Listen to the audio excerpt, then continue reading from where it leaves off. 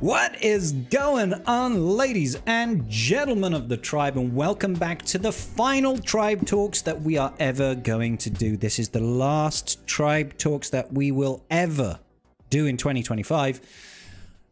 Gotcha. Karthric, that's a mighty big glass. I hope it's filled with whiskey. Oh no! We have. For God's sake, Karth, this is the last tribe talks of 2025, and you want to leave me hanging drinking alone? Are those just empty bottles you're pointing me to? It's been a long Christmas for Karth. He's had a hard time. The in-laws have been around. Yeah, we are a little whiskeyed out. The last bottle I've got over there is for my brother and I to share. When I go home this next weekend. So. Oh, nice. How was Christmas, Karth? How was Christmas? It was very relaxed. We were kind of in the everyone's on their own this year vibe. So we were just hung out here at the house and kind of did nothing lovely. Besides hang out with the dogs and eat food. That's to me that this is the first year that I've done that, because this is the first year I've ever owned a home. And me and Mrs. Scribbles were like, we want to spend our first Christmas in our own home, not gallivanting across the UK to visit family. Well, we still did the gallivanting, but not on Christmas Day. So this was the first time it was just me, Mrs. Scribbles, lots of pets, because obviously we have Indian Smudge and Milo, but we were also cat sitting for my brother, who's got an adorable little kitten called Frankie. So he was with us. And it was just I don't think we got out of our PJs. I was drinking from morning time, you know. I made the poached eggs. She had the smashed avocado with the salmon. I had the bacon, because bacon trumps salmon 10 times out of 10. Yeah.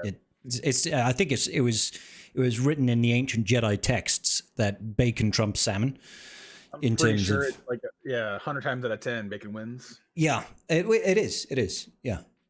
So I won on the breakfast, and we were drinking Bucks Fizz or Fox Fizz. That was great. And then I can't even remember what we did. I think we might have just kept drinking, had a little bit of an afternoon nap with the pets, and then I went and made Christmas dinner. It was amazing. So many naps. Oh, napping, half cut drunk all day, and eating too much food and chocolate and drinking lots. It's just the perfect way to live. I want to spend every day like Christmas Day. Yeah, I think Friday night I stayed up to like 2 o'clock in the morning playing video games with my brother, and then nice. woke up at like 7 a.m. with a hangover. So nice. I got up, drank water, made coffee, got a snack, and then took a nap at 10 a.m. Perfect. Absolutely perfect. That is woke the way. Up, hangover was gone. We were good to go. It was a great day. Yeah.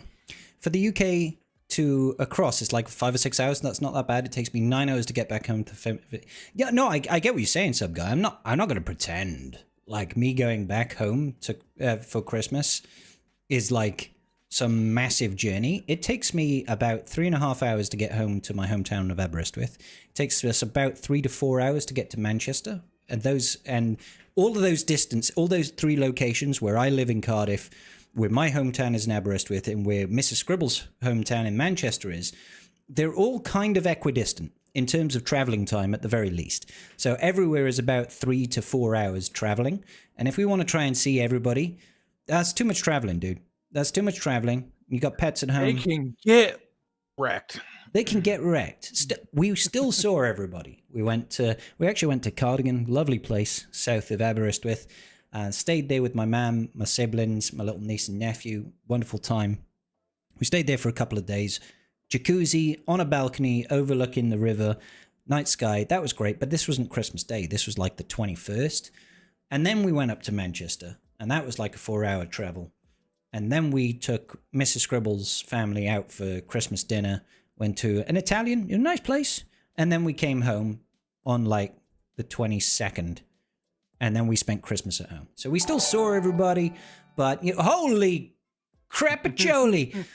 Dave Dave coming with £100 donation. Thank you so much, Dave. Belated Merry Christmas. Wonderful Welsh bar steward. Hope you had a good one. I had a great one, Dave. Thank you so much for your generosity, dude. I will drink this whiskey in your name. Thank you, sir. I'm actually out of whiskey at the house.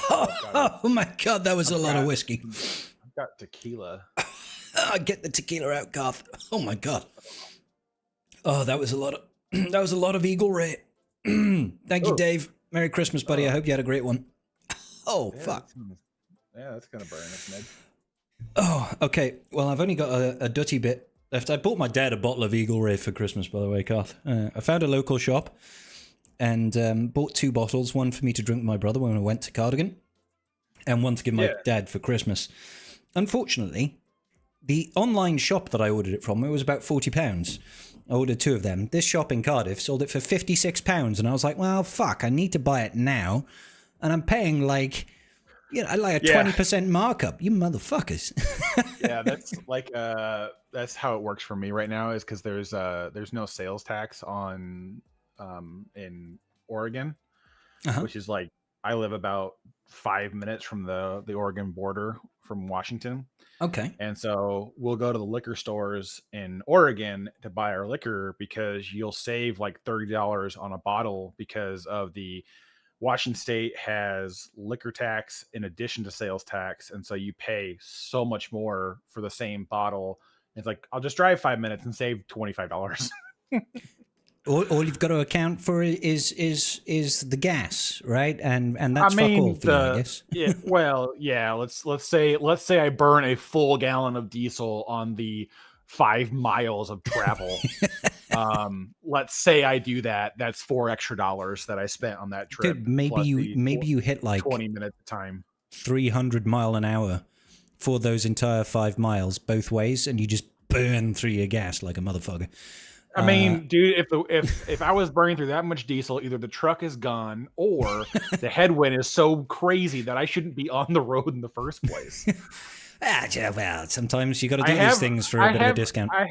I mean, there was a point I was driving home many years ago with my construction trailer. It was dead empty though. Okay. I filled up in a town, and let's see, I filled up in, I want to say, Hood River, and I stopped when I crossed the Bridge of the Gods, which was about 25 miles later. And I had gone through 3/4 of a tank of fuel. The fuck? Why? Yeah. The headwind was atrocious. I was averaging about 2 miles to the gallon. Jesus Christ, that is awful. Yeah, it was so bad. It was so bad. I hope like you need a more aerodynamic truck. Well, the truck was it was only a 1500, so it was kind of limited out on pulling the trailer anyways, because it was a 14-foot enclosed trailer with it was all steel. That sounds big and chassis heavy on it. It's heavy, yeah. So the truck was struggling. It would only probably average around 10 to 12 on a good day. On a good day. But Jesus. This is a completely empty trailer too. There's nothing in it. Like the thing, after we did that, that's when we upgraded to the diesel on the truck, because a diesel truck will do 10 no matter what's behind it, versus 2. So yeah, I mean, even hearing 10 to me is like, shit, 10 is bad. Yeah, but when you're pulling like thousands of pounds of bullshit, I get it. Yeah, and this is why when you've got construction companies and like, why are they charging so much? The materials don't cost that much. It's because of hauling ass. All right, hauling ass with a headwind doing 2 miles to the gallon. All right. I'll never forget that drive. It burns in my head that I filled up. And it's like Hood River is like 3/4 of the way home. Did you like check to see if your tank was leaking or something? I would have been like, I did. I did, but it's like I had gotten like 25, 30 miles on the road, and I'd crossed over the Columbia River, and I looked down at my fuel gauge. I was just below a quarter tank, and I was like, "You are fucking kidding me!" Like, I feel like I didn't fill up at the other gas station. Like, I was lied to. But I had the receipt for Did how much I put in there, and I was Did like, I well, dream that? Was I yeah. high? I Was I mean, wrong? Yeah, no idea, no idea. But yeah, wow. it's been fun. Yeah, yeah. So Aoi is asking. I put out a video earlier today about a two-man PK Hondo OG Hondo team. His stats seem good. He's got 567 speed, 9,570 physical offense on his PK Hondo, 279 speed, 9,550 offense. Tried 29 times, and Fox is always left with a sliver of health. The only thing I can think, Aoi, is when you use Dire Fortitude, are you? It might not be that. When you rescue the Jedi, are you targeting Apo? Because you should do some damage to Apo when you use that ability, thanks to gaining profit. That's the only thing I can think of, because your stats seem golden.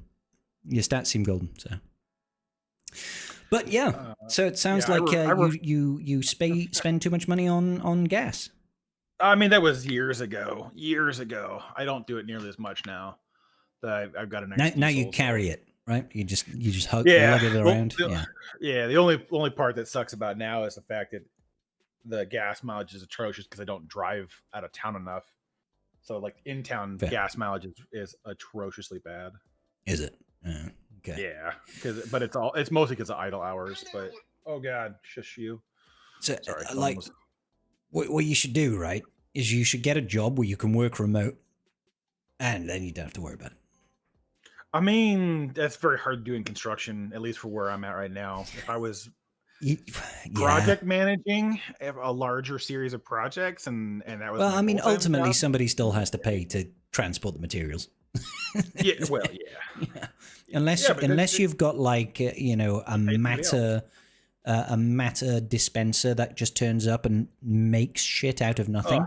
Dude, if I could do that, I would be like the most profitable construction company in the world. I mean, would you even be in construction? Let's be real. I mean, depends on what it could make. If it could make diamonds, then well, again, exactly.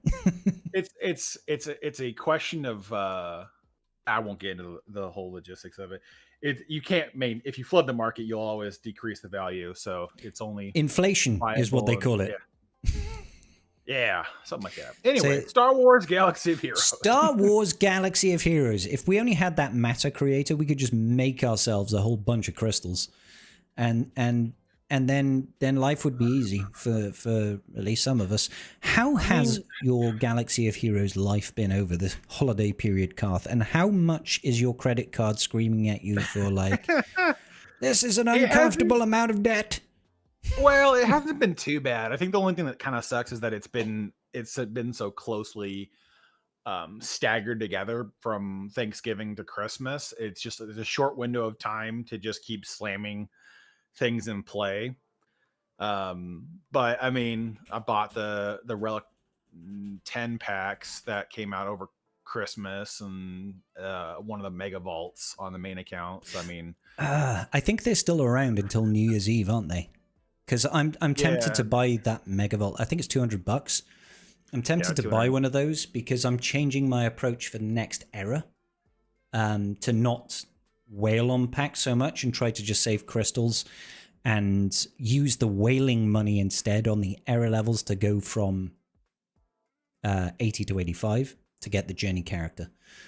But then we might get fucked over in the next era, and there might not be a journey character, and then the era levels won't matter. So it's like, well, there's so much that, like, with this current era, like my issue that I'm having with this particular thing right now is that as we're progressing, things are getting easier to level up, right? It's easier for me to take characters to higher relic level, or not relic levels, but era levels. I'm not having to spend as much on them, except for the shards. And so it's like, it's getting easier that way.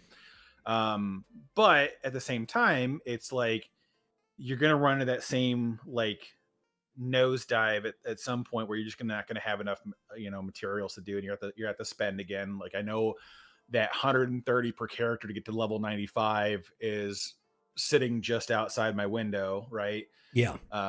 So it's like there's just a lot of this stuff where I'm just like, man, like, is the benefit of spending this much ever going to come full circle? And so the longer I stare at it, the answer in short is no. But the problem that I'm looking at is like, I don't know if they're going to be able to tweak anything in time for the next era to change, hey, we heard your feedback. We've made some improvements to give you more benefit to having higher air levels to offset the cost, or anything of that nature. And then, does the next era even warrant the same level of investment or spending? Because like this era has a lot of bonus, like there's a lot of things to chase, right? There's 6 new marquees that all power up an existing team. There's a brand new, like mega powerful Omicron team coming out between the Stranger and Spooder Mall. Yeah. And so there's all this reason to invest. But like if the next one isn't like, if it's all like one team, like if we're getting like yeah, it's not nearly as much value, right? Yeah, there's not much value in that. And so it's like, do we bother chasing that to the same extreme? Because I don't see the value beyond what they're telling me I have to have for Maul.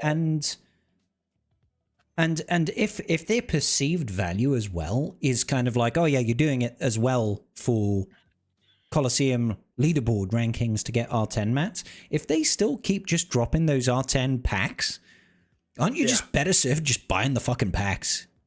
Like, buy the R10 packs. Isn't that easier? To a degree, sort of. You should be getting approximately 2 R10s every month if you're placing on the top of Colosseum. If they're going to keep doing the packs, or like one every 2 weeks, basically. Yeah. If they do the packs once a month, then you're not going to be gaining as quickly versus somebody who'd be getting them for free. But the problem is that like what I want and need to know is when Barris comes into play, how quickly do the air levels start to ramp up? Because we can't really move past 80 until Barris drops. You can't move past 80 anyway. 80 to 85 is the cap. You can't get the Mark 8s, right? Well, no. I'm talking about somebody who's willing to throw money at the wall and doesn't give a shit. Oh, right. You can't really move past 80 until Barris drops because we're because the Xerix, right? Yeah, sorry. Yeah. We don't have enough of them to, you can get out a level or 2, sure, but you can't get. Yeah, even if you've wailed on every previous marquee, you don't get, because the other marquees give you like 5 Xerix per tier on 6, like the last 2 tiers, isn't it? Yeah, there was a boost with IG90. Oh, right. He gave like a boost of 50 on one of the tiers, and then it wasn't present on Chota. Okay. It might be present with Asajj, I don't know. But really what I want to know is how crazy does it scale up after that? Because there's going to be a level where Barris will get everybody too, and I'm assuming Barris will get most everyone 85. Well, I believe Barris gives 30 Xerix a day on her 5-star tier. So it's not shitloads, because conversely, Vader gives like 500 a day across 2 different tiers. He gives shitloads. For me to take a character 95, I need 1100 Xerix from where I'm at now, which is 80. Yeah, that's a lot. To 95. So I mean, my worry is that the Maul Legendary event, because we've got the tiers requirement now. And the last tier for 7-star unlock is error level 85 is the requirement. But that's just the requirement. What if the actual event is so fucking balls that you actually need like 90? I doubt it. So do I. I do doubt it as well. Everything they've done so far with the error level minimums has been like, if you're at that level, you pretty much cakewalk like the Chota challenge, error challenge, or whatever the fuck it was. The level 55 tier, I was able to do it like all level 50s or something like that. Yeah. So, that was like, oh, okay, that's not too bad. But I guess I've just become a little bit cynical with CG around this, because I'm still like, fuck, man. Like, you've added an extra $100 on top of the, 7 $800-900 that it already costs to get this 7-star. What if that little bit of extra is not enough? What if you need a bit? Well, but on the other side of the coin as well, there is a little bit in my brain that's like, oh, that Mark 8 material mat that costs like $20 a pack that you need 5 of. What if with Vader that becomes a crystal pack? Like the others have slowly become crystal packs with each subsequent release. What if it becomes a crystal pack? And then I don't care as much. I highly doubt So do I. it. Mostly because if they wanted to do anything, they would give more. They don't even give enough of that material away in the Vader event to take one character to level 85. Unless there is a Vader first one time, does. The Vader one gives you more than enough to do all 6. Sorry. No.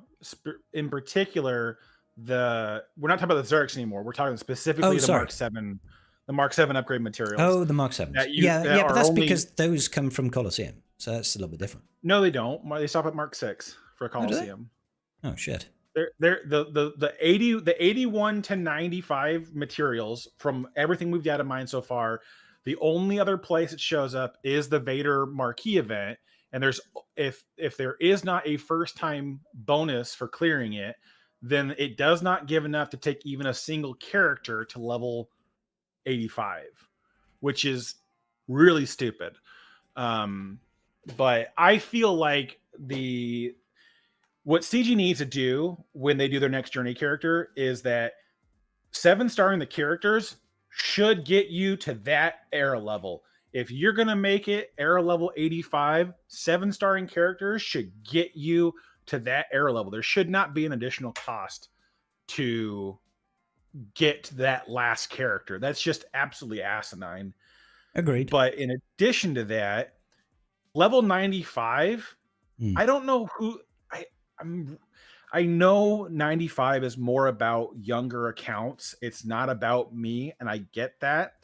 But the thing that I'm seeing from a lot of people who are willing to spend on the game is that with this additional goalpost moving, they're less inclined to spend. There's not really a reason to. They rather just wait till it releases and goes to Legacy and then farm it up. And I'm just like, because there's no additional value to the additional cost, right? Like when you're a player like us, where we are, Relic 5 to 7 is essentially free, if not R8. Pretty much like for the last year or so in the old system, new marquee drops. I can quite easily just go, okay, day 1 of the marquee, Relic 8. Well, not day 1. Day 7 of the marquee, when I got my 7 stars, it just goes straight to Relic 8. And I'm like, I can't do much more than I can't just R9 it, but going straight up to Relic 8 day 1 for a player that is played as long as I have, is in an endgame guild, whales on marquee shards, it's easy to relegate one character every 2 weeks. That's easy. Yeah. So yeah, I get what you're saying. The era of mats, who cares so much about the relic levels? Yeah, if I have to pay for it, it's not worth it. Well, and your basic guaranteed to get to that gear 12 threshold for free. And the only, I guess the thing I'm getting at is that for the most part, there is not enough benefit to long-term players to invest beyond, basically what's going to be the journey guide requirements are. But it's a combination of just like, there's nothing really good to go after besides Relic 10 mats. And from the average bear, you're talking about something that does not need to be chased right now, unless they just happen to drop, Relic 11 by, summer. You're not looking at a massive reason to progress. And so it's just like, I'm having a hard time trying to justify that spending. Like, I will do 95 on this era for the pure sake of, I want to see how everything scales, where the spending gets you. I want to do all that, firsthand research. So you've got a baseline. You've got a baseline for future. Yeah. Yeah. So I can understand it. And then from there, I probably won't do beyond what it requires, because I just don't care to get that last month of top Coliseum rewards. Like I don't want to spend Plus, an extra, good God, because it's 7 marquees by the time it's all said and done. So an extra $1,000 six on marquees and a legendary, but we don't know how the legendary unit works. We like is it? I have a feeling that legendary units will come up with the actual tiers if you do it in the era system. I imagine they come with at least some materials to era level the legendary unit. No, they told us they don't come with anything. That would told be us fucking that shit. you will unlock him at era level 75. Oh, okay. Well, that's not bad. That's okay. No, it's dog shit. It's 100% dog shit because that's already free for anybody spending. You have those materials amply laying around at your feet. It's like, oh, you get him at level 75. Congrats, you skipped all the early shit. It's like it should be 85 at least. Like, because it should be 7 because that's what you've paid for, right? Yeah. Yeah, it's like it's effort in, effort out. You should be getting him at 85 minimum, but like you're not even saving me one character to level 95. You're like, no. You're gonna need to pay the extra $200 to get him to Relic 6 by the end. I'm like, what the fuck for? Yeah. Like, honest to God, like the only advantage for going to level 95 that I can see right now is gonna be obviously the Relic 10 mats, but we can't. It's so fun if you can get top 10 without having to go to era level 95. Then why this try is harder? even the best part of it, right? As I understand the requirements, you must have Vader to do the last tier, right? You have to have Vader at unlocked to do the last tier. Oh, are you talking about the Maul hate fuel tier? Yes. Yeah. He is the unit. So we have 2 weeks of fucking off with the Barris Marquee because it starts with the Barris Marquee. We get Maul, and we can't finish it. Yeah. And so it's like, what's the point? Like I'm just perplexed at like no end of like why? Like, and then so like if you're telling me for the last 2 weeks I have to give up 1 R10 to save myself the money of maxing the 95, done. Don't give a shit. Sorry, get out of here. Like you were giving, like, there is literally no benefit to maxing these characters out, and there is nothing that CG is doing that's compelling me to go, you know what, you should do this every time. Like this is a great. I mean, maybe that's their whole shtick. Is maybe when we next year when we get this era PvP system, they're like, yeah, but with the PvP system, in the last 2 weeks, you'll really want to have the era journey guide unit. Well, but the thing is, though, is that they should be front loading. They should be front loading people who spend on the shards. You should be able to. I would love that. That would be great. Higher. That should be rewarded for that investment. There should be, because the only investment you're getting right now as a player who does a day 1 7-star versus a player who does a day 7 on 7-star is basically the amount of Zerix you get access to. You're going to get throttled somewhere early where you can't quite make it to 80. But the performance, but that's also is assuming that you pay for error levels early on. Well, yeah, but that aside, they're just throttling things in really weird spots. That's all I'm getting at. It's like, I don't understand why you'd want to throttle the value of a 7-star character for an extra 7 days of unlock, but then you don't put any value on really either end besides just, well, we're going to keep you like 4 levels behind this other person, which I'm still pissed about the last tier of marquee events, by the way, because I still can't do those. I really hope they fix that as well. But I honestly think if you're going to do an air level 70 lockout, you should be able to get materials to take a character to air level 70. That should be factored into the shard price of a marquee. Yeah, I think the thing is, I think that what they did in this first era level, I think it's very, very calculated how they've done the progression system for Colosseum. It's so dialed in so that from the free to play experience, you will there are gates, there are hard stops for each point of Colosseum. You're waiting for the next marquee unit to come out. If you've done really well, you've played really well, you'll get to a certain cutoff point, And then you're always waiting for the next marquee unit before you can progress from like era level 15 or 14 to 25. And then from 25 to 35, you're waiting for a new marquee, a new marquee, a new marquee. I think like it's really deliberate. You can tell because they've tried to elongate Colosseum. Yeah, well, they're trying to drag out the pressure points to get people to spend, which is what I'm seeing in exactly. But I think that if they give you a day one level 70 marquee on the very first unit, it throws it all out of whack. I think it's probably what the issue is. Because it was like $400 to get Luke to era level 75. Yeah, and I ain't doing that. But it dropped down. It was like $100 to do IG, and Chota was like $30 to get him to 75. That's still $530 that I'm not willing to spend. I'm not arguing the point. I'm just saying like the scale is at least coming down to where if it averages out in a decent spot, I'm not going to be massively upset about it because it's not massively impacting which is fair, resources and everything else. The cost benefit balances out at a certain junction of getting characters to at least relic for free, because then I can take all of that other gear and throw it towards relics, which I've been doing for the last month and a half. And you're getting good you're getting top 10 Colosseum, which is, and so, which is helpful. It's twice as much. Like me as somebody, all I've done is spent on shards, right? And for the longest time, I was getting the 300 era currency payout. But since the last marquee, it's either people have dropped off in spending or they've stopped caring. But I've really comfortably been in the 500 bracket now.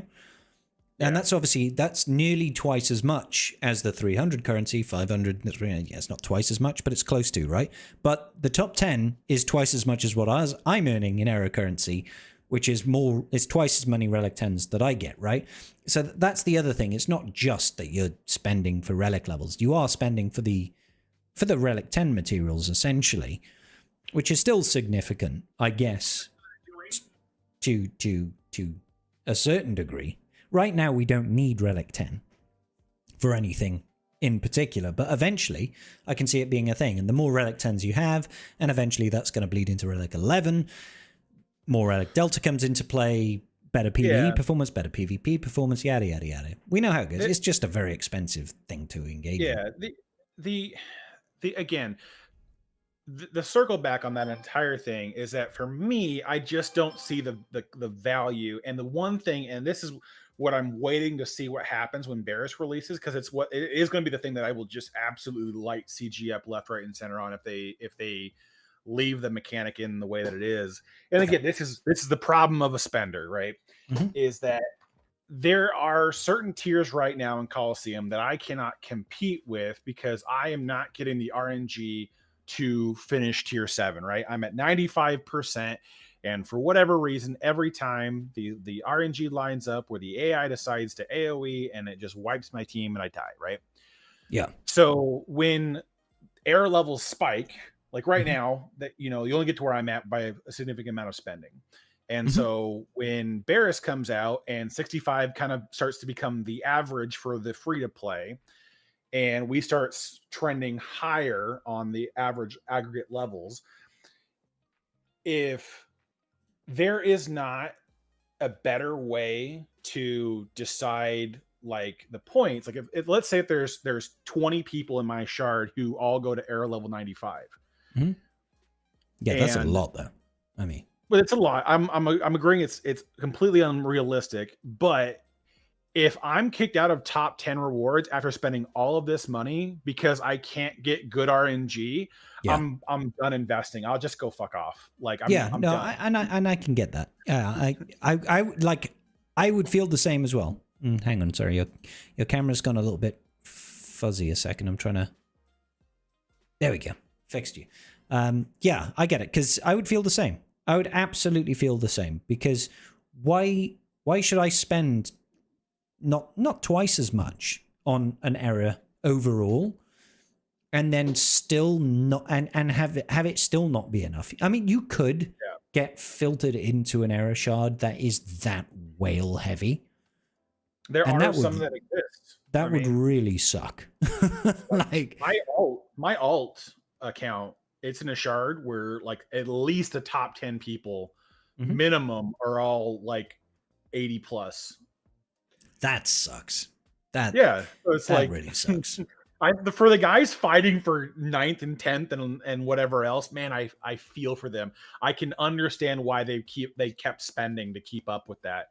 Yeah. And so it's a sunk cost thing, right? It's like, God, I gotta keep spending. I can't waste all this shit. Yeah. I don't want to lose all of my investment into what's going on. And so, I mean, I'm just kind of stuck with this whole system right now as in its current form. Now I know they have promised, and I'll use that word loosely for promised, that they are going to add more to Coliseum. There'll be more things that come inside of it. There'll be more things, loaned units and stuff like that. There's more on the horizon over the course of the year. I know they're working towards things. I will trust the process, but as it sits right now, I feel like as a long-term player, this system is a massive like middle finger to my already lots of money I put into the bitch. You know, it's like you're telling me that because I've been so good with my resources, because I've spent so much in the game, because I've hoarded so much material, that now it's all to the wayside, but it's a feel good because you're now getting to gear 12 for free. I'm like, but I'm not getting to gear 12 for free. Gear 12 was already free for me. Well, but not even that though. Like skip that part. If I want to take opportunity of the Coliseum, I'm paying for that gear 12 because I want to be at the top of the board. And I'm paying for every single character that comes across. So it's not free.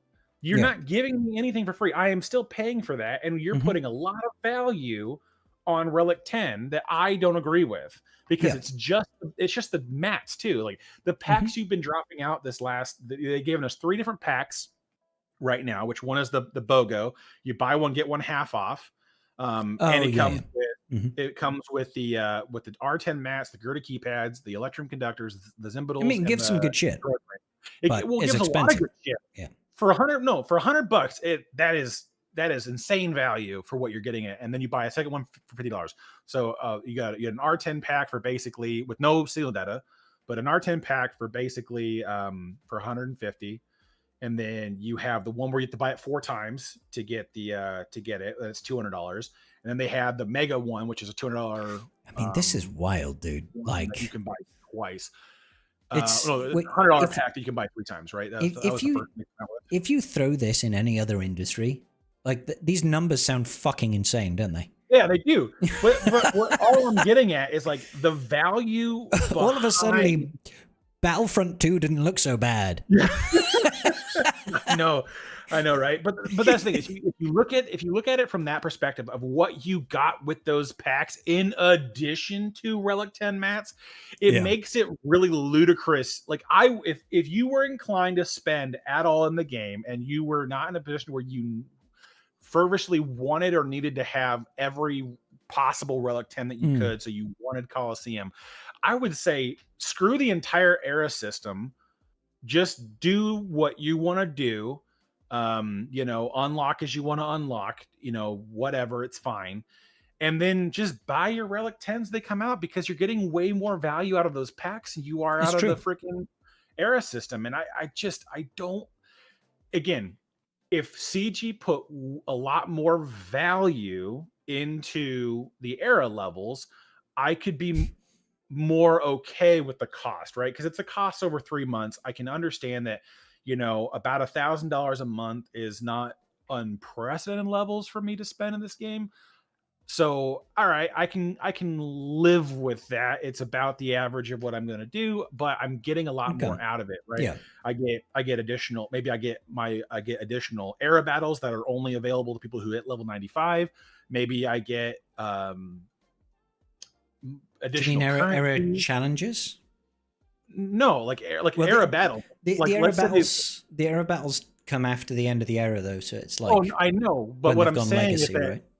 Well, yeah, but like what they did with the frickin' Conquest Pass, right, where you get a second Proving Grounds to run. Give me a title at the end of an era if I hit everything level 95 that says I get additional runs of these materials. I'm getting That would be ROI back. that would be a really cool way to reward people that go to level 95. Is it if all the era battles ran an extra day for those people that did that, that would actually be kind of cool. Like, But yeah, anything. Give me something that makes that investment worth it. Because right now, at Relic 6, I'm just not seeing it. Like if we were they would talking have to maybe up it to R8. You know, if R8, it was R8, then people would, like high end whales, I'm sure, would probably feel a bit more like, oh, level 95 is feeling a little bit more spicy. yeah, but again, right now, I feel like the problem we're running into is we don't know the rest of the framework, and so right now the rewards feel really shitty for what we've got. And that's my biggest critique in this whole thing is like the price. I can understand the price if the value was better, but the value is so awful right now that I'm just like, And for our listeners at home, if the fucking Karth isn't even a top end whale, Karth is a big boy whale. He's not a mega kraken. There are bigger fish than. There's always a bigger fish. There are bigger fish than Karth. So if Karth is already saying this, and to me, I'm like, fuck, I'm not spending that money, and I spend a shitload of money on this game. The average player is like, fucking, what the fuck? What's all this money, dude? What are you doing here?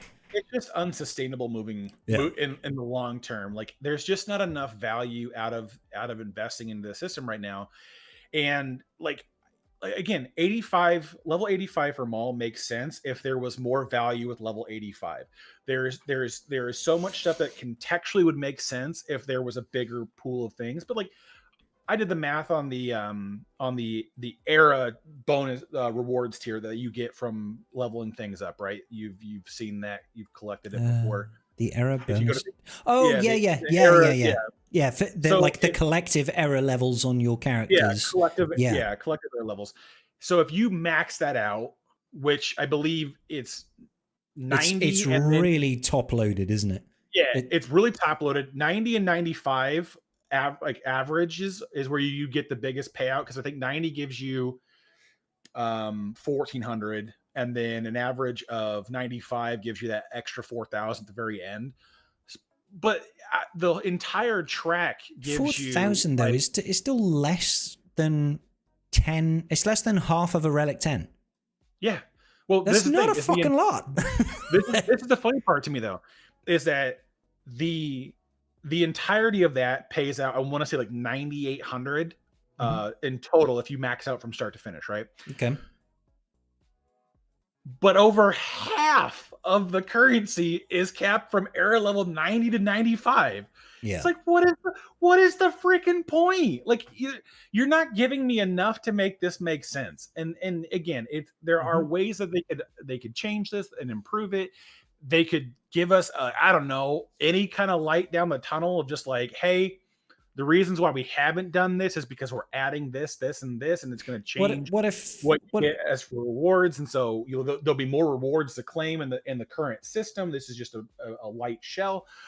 Fine, but tell me that. Don't have me sitting here in the wind going like, so, what the hell is the point? Where would be that break-even point where you'd be like 95 makes sense? Would it be like 30,000? 40,000, 50,000 error currency? What would be? And you also have to consider that it's a weekly refreshing store, and there's only so much you can spend as well. Part of it, in my head, it's not about the error currency from the total that comes out. It's what do I get for taking things to 95? Because like the error, it's a bonus for what I was gonna likely do already, right? Yeah. And so there needs to be a better carrot for going all the way out, because like you said, for most of us, it's gonna be like, whatever you set the marker to be for the journey event is what I'm going to hit. And if I can stay within the top 10 for doing that, then I'm not going to spend more. Why spend I'm not going to spend an additional $130 a character to take them to 95. Like, well, exactly. No. Why would you? I'm not doing that. And so I would like there to be either I get more economy events that are tied to like something that's exclusive to level 95. You give me, additional events that like the era challenges that are additional that you only can run if you're 95 for extra era currency. Like there needs to be a better ROI on it. I think the relic level you unlock should be higher at 95. It should be relic 8 minimum. Because then that's actually saving me resources that I'm still running low on. But again, it's just one of those things where there's a lot of like nuance to like, yeah, man, like it's hard to attack so broadly because there's the giant unknown of what else are they adding into Coliseum, because you're assuming that everything else they add into Coliseum, every other mode will have some form of reward with it, because Coliseum itself is rewarding enough for players to take the characters to level 65. So there's no need to add additional era currency rewards to other game modes per se, unless it's it's like more for free, right? Like if you can actually get the 95 for free, which I doubt will ever happen. No, I can't see that ever happening. But like if the other ones have other rewards, then you know, we could have a conversation of where that balance would feel good. But right now, and it's like, and then the problem is, you know, does that change happen with the next era? Does it happen with the one that starts in April? I think we see July. Like, where do we go? At very best, I think we would expect to see minor changes to the next era, if any, and then the era after. But these things take time for them to recalculate. If they need to completely rebalance the whole era leveling system because they want to give us a bigger head start at the start, like they need to they've probably got actuaries or something doing modeling to make sure that they can throttle the leveling path, because they obviously look at it and they think, well, we made let me just total this up, a fuck ton of money of people spending money on air levels. We still want to make that money, but how do we do it in a way that people enjoy the game mode? So I doubt we see much in the next one, but the one after, I think, is probably where we might see something.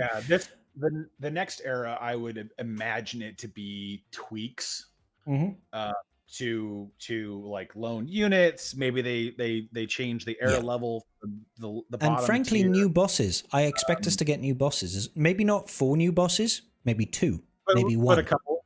But I mean, there's no reason why you can't have. Well, we'll have like a Rancor come in, or we'll have a hat come in. You know, an AAT come in. I would say that they would just change if they added more and not kept it 4, which I think they'll just keep it 4 for now. If they swapped it, they would just swap them out. As the eras rotate. They might have like 12 bosses by this time next year, and they just rotate 2 in each era, and it just cycles through, and we slowly learn the different bosses, and they'll introduce they'll gradually introduce new bosses. It's like Colosseum, you know, we'll get not Colosseum, sorry. It's like Conquest. We'll get new stuff, new bosses, new factions, but it won't all be at once. It'll just be gradual. But it's come to my attention. It's been about 50 minutes, Garth, and we've spent extensively just chatting shit about Colosseum. We're treading over old ground. I want to talk to you in particular right now around the last snafu, if you want to call it, of Datacrons. All right. The Control-Alt-Delete update. The Control-Alt, the fire sale update, where they're fucking like this. So to give context for everybody listening at home, there was a time very in the near distant future where the attacker Datacron was doing obnoxious things. It was great. It was fantastic. It was way too broken and needed to be addressed, right? But CG was operating on a skeleton crew. We're assuming. And normally when they look to do this sort of nerf, they usually say a little post, a little ditty that says something like, the Attackercron is performing outside of our expectations. The team is looking into it, and we might nerf it in the near future. We didn't get that. What we got instead was CG just like deleted everybody's Datacrons from the Pillar of War Datacron set, rolled them back to level 5, and we're like, there you go, guys. We've fixed this overpowered Datacron. Have fun, without thinking the fact that they didn't address all of the thousands of reroll mats, because I spent like 2,000 of each reroll mat rolling Datacrons, and people like Karth spent somewhere in the region of how many crystals, Karth? Rerolling Datacrons? Crystals? That wasn't 8,000. How much was it? Was it 80? 80? Yeah. 80,000 how much is that in volts, Garth? That's like 3 volts 5? is 45, so it would be just about somewhere between 5 and 6. 5 or 6 volts. So yeah, $500-600 there or thereabouts on crystals, and that's not including, I mean, there was other accumulated crystals that you were spending on top of it, and all that sort of business. It's a fuckload of money. And then CG that was did the other collectively, side of things. That was like between like the Conquest refreshing, because I was doing like through the 400s and and then all the reroll materials I was buying, everything. I mean, that was collectively around 80,000 between getting the Datacrons, because I finished the first Conquest with 28 level 9 Datacrons. So between, farming for currency and upgrade materials and buying the reroll pack, that's where I was all in at. Yeah, because it again, it's not just the crystals, because for Conquest, as you're going through, I'm sure you probably bought the Conquest calendar. You probably bought the Conquest Ascension packs to get the extra energy and stuff like that, to farm Datacron mats as you were going through, and all that sort of shit. You probably spent thousands of Shard Shop currency buying Datacrons from the Datacron store, rather than farming the bonus tier on Sector 1 to get actual, the actual core Datacrons to roll and shit like that. So they're like, there's so much. And then when they realized just how badly this fuck up was, they went into panic mode, and they tried to do a make good, but the make good was almost an overcorrection, I feel. The make good it wasn't equitable. No. The make good went from the Titanic has sunk to the Titanic is now a demigod and can fly. Like the make good was so astronomically an overcorrection of the problem that 90% of the people who spent were just like, just roll it back and don't give people shit.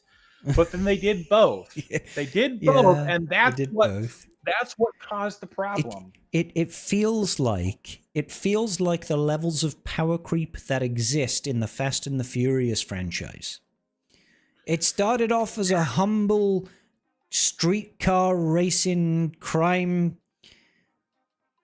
thriller, and all of a sudden they're in space, and they're jumping from the Burj Khalifa in a supercar.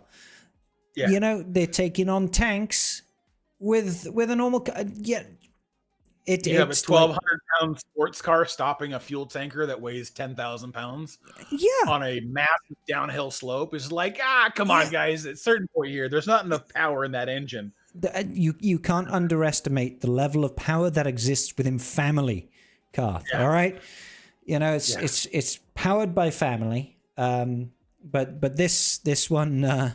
This got out of hand. So the reason that I wanted to bring it up with you specifically is simply because of the levels of investment that Endgame Wales put into Datacrons. And I know you're not even like, you're a big spender. We've been over this, but there are people that go fucking hard on Datacrons. There are people that will actually do what we've all spent the last week and a half doing. Normally they will just keep buying reroll mats and keep rerolling for perfect stats for their crons, for their teams.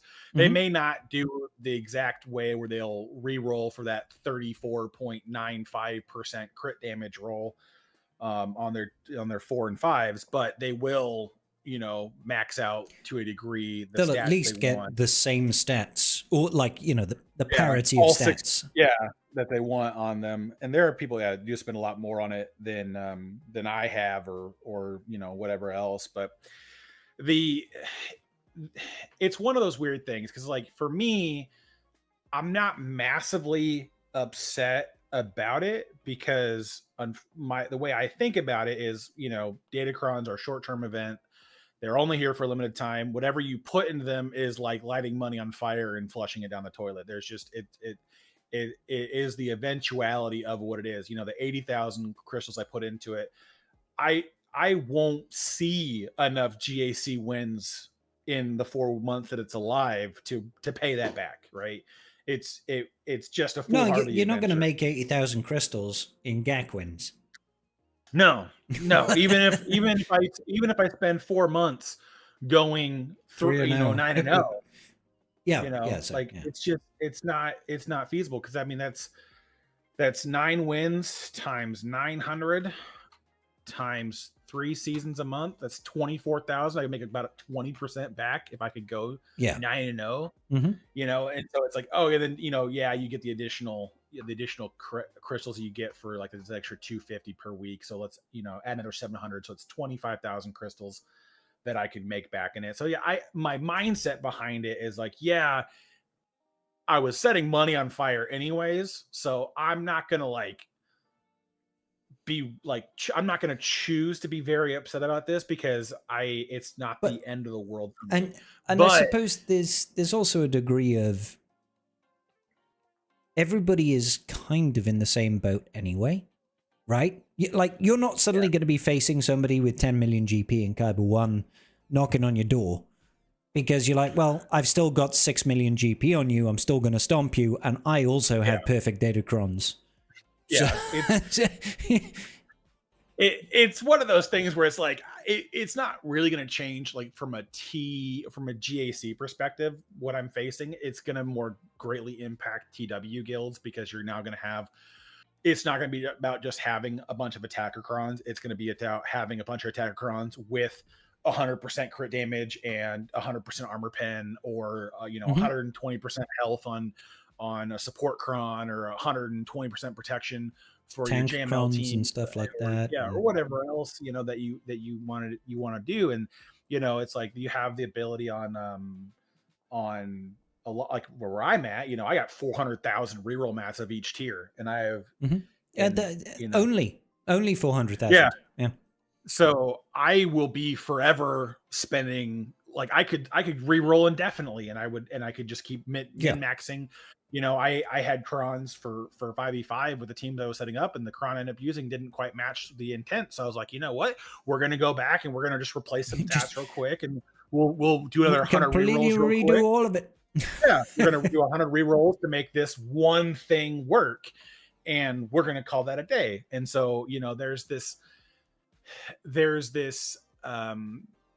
it wasn't the make good I think that they thought they were going for. That the first make good with all the rerolls, reducing the cost, made sense from the perspective of we weren't going to roll back your Datacrons, and which still was shitty. I'll be honest with you, it was still shit, because again, the Datacron was broken on two fronts, right?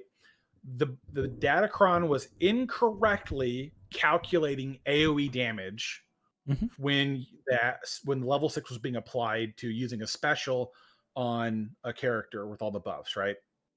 So it was being incorrectly calculated. That was the bug they fixed. And then the part they didn't like in general was the 25% was overperforming. It was too good. It was too good. And everyone can argue that, and I understand that. So I get why they kept that, that other part in there when they rolled back the crons, was because someone like me, I had 19 attacker crons and I was planning to get 2 more. And so it's like, for me now I have, I think, 12 attacker crons. And so it's like, to re-roll those 7 crons back from the ground up, I appreciate very minusculely being able to do that for basically nothing and not having to worry about it, right? The I understand why they coexist, but again, it was too good. 20,000 per cron. It's like, there are going to be very few people. I think they fucked that up. I think it was supposed to just be 20,000. Well, no, it wasn't. It was intended to be 20,000 per cron, because there was the reason for that is that, and I believe Crumb had admitted to this partly in the Discord server, was they wanted to make sure that every player had enough to get their crons back to perfect, right? Okay. And so they wanted to make sure that there was no way that you couldn't get things back the way you had them. But again, it was still too much. Everybody and their mother is going to be rocking very good crons to god tier crons for the next 3 months. Yeah. And now And the unless only you're somebody that question, just doesn't care about datacrons at all, and then it doesn't really well, impact you, right? But those are no, going to but be then the few other, and far between. yeah, the only thing that's going to suck though is what CG does with the next Datacron set, right? The one that comes out in a month. Because that's the one where I'm really apprehensive towards, because if it's too powerful, Mhm.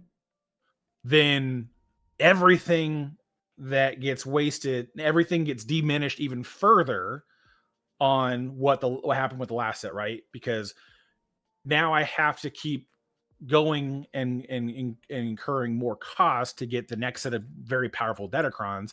But then if they're not powerful enough, then you run into the fact that now this Datacron set that everyone was able to hyper focus on and min max to god tier Mhm. is now going to carry an extra 2 months longer.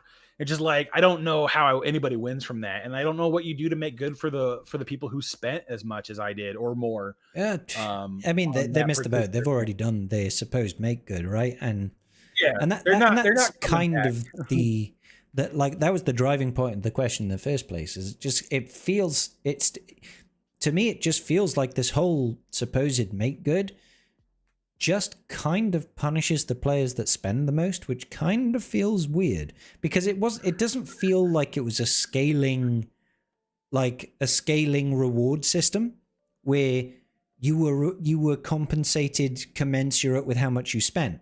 Because obviously you got a shitload more reroll mats than I did.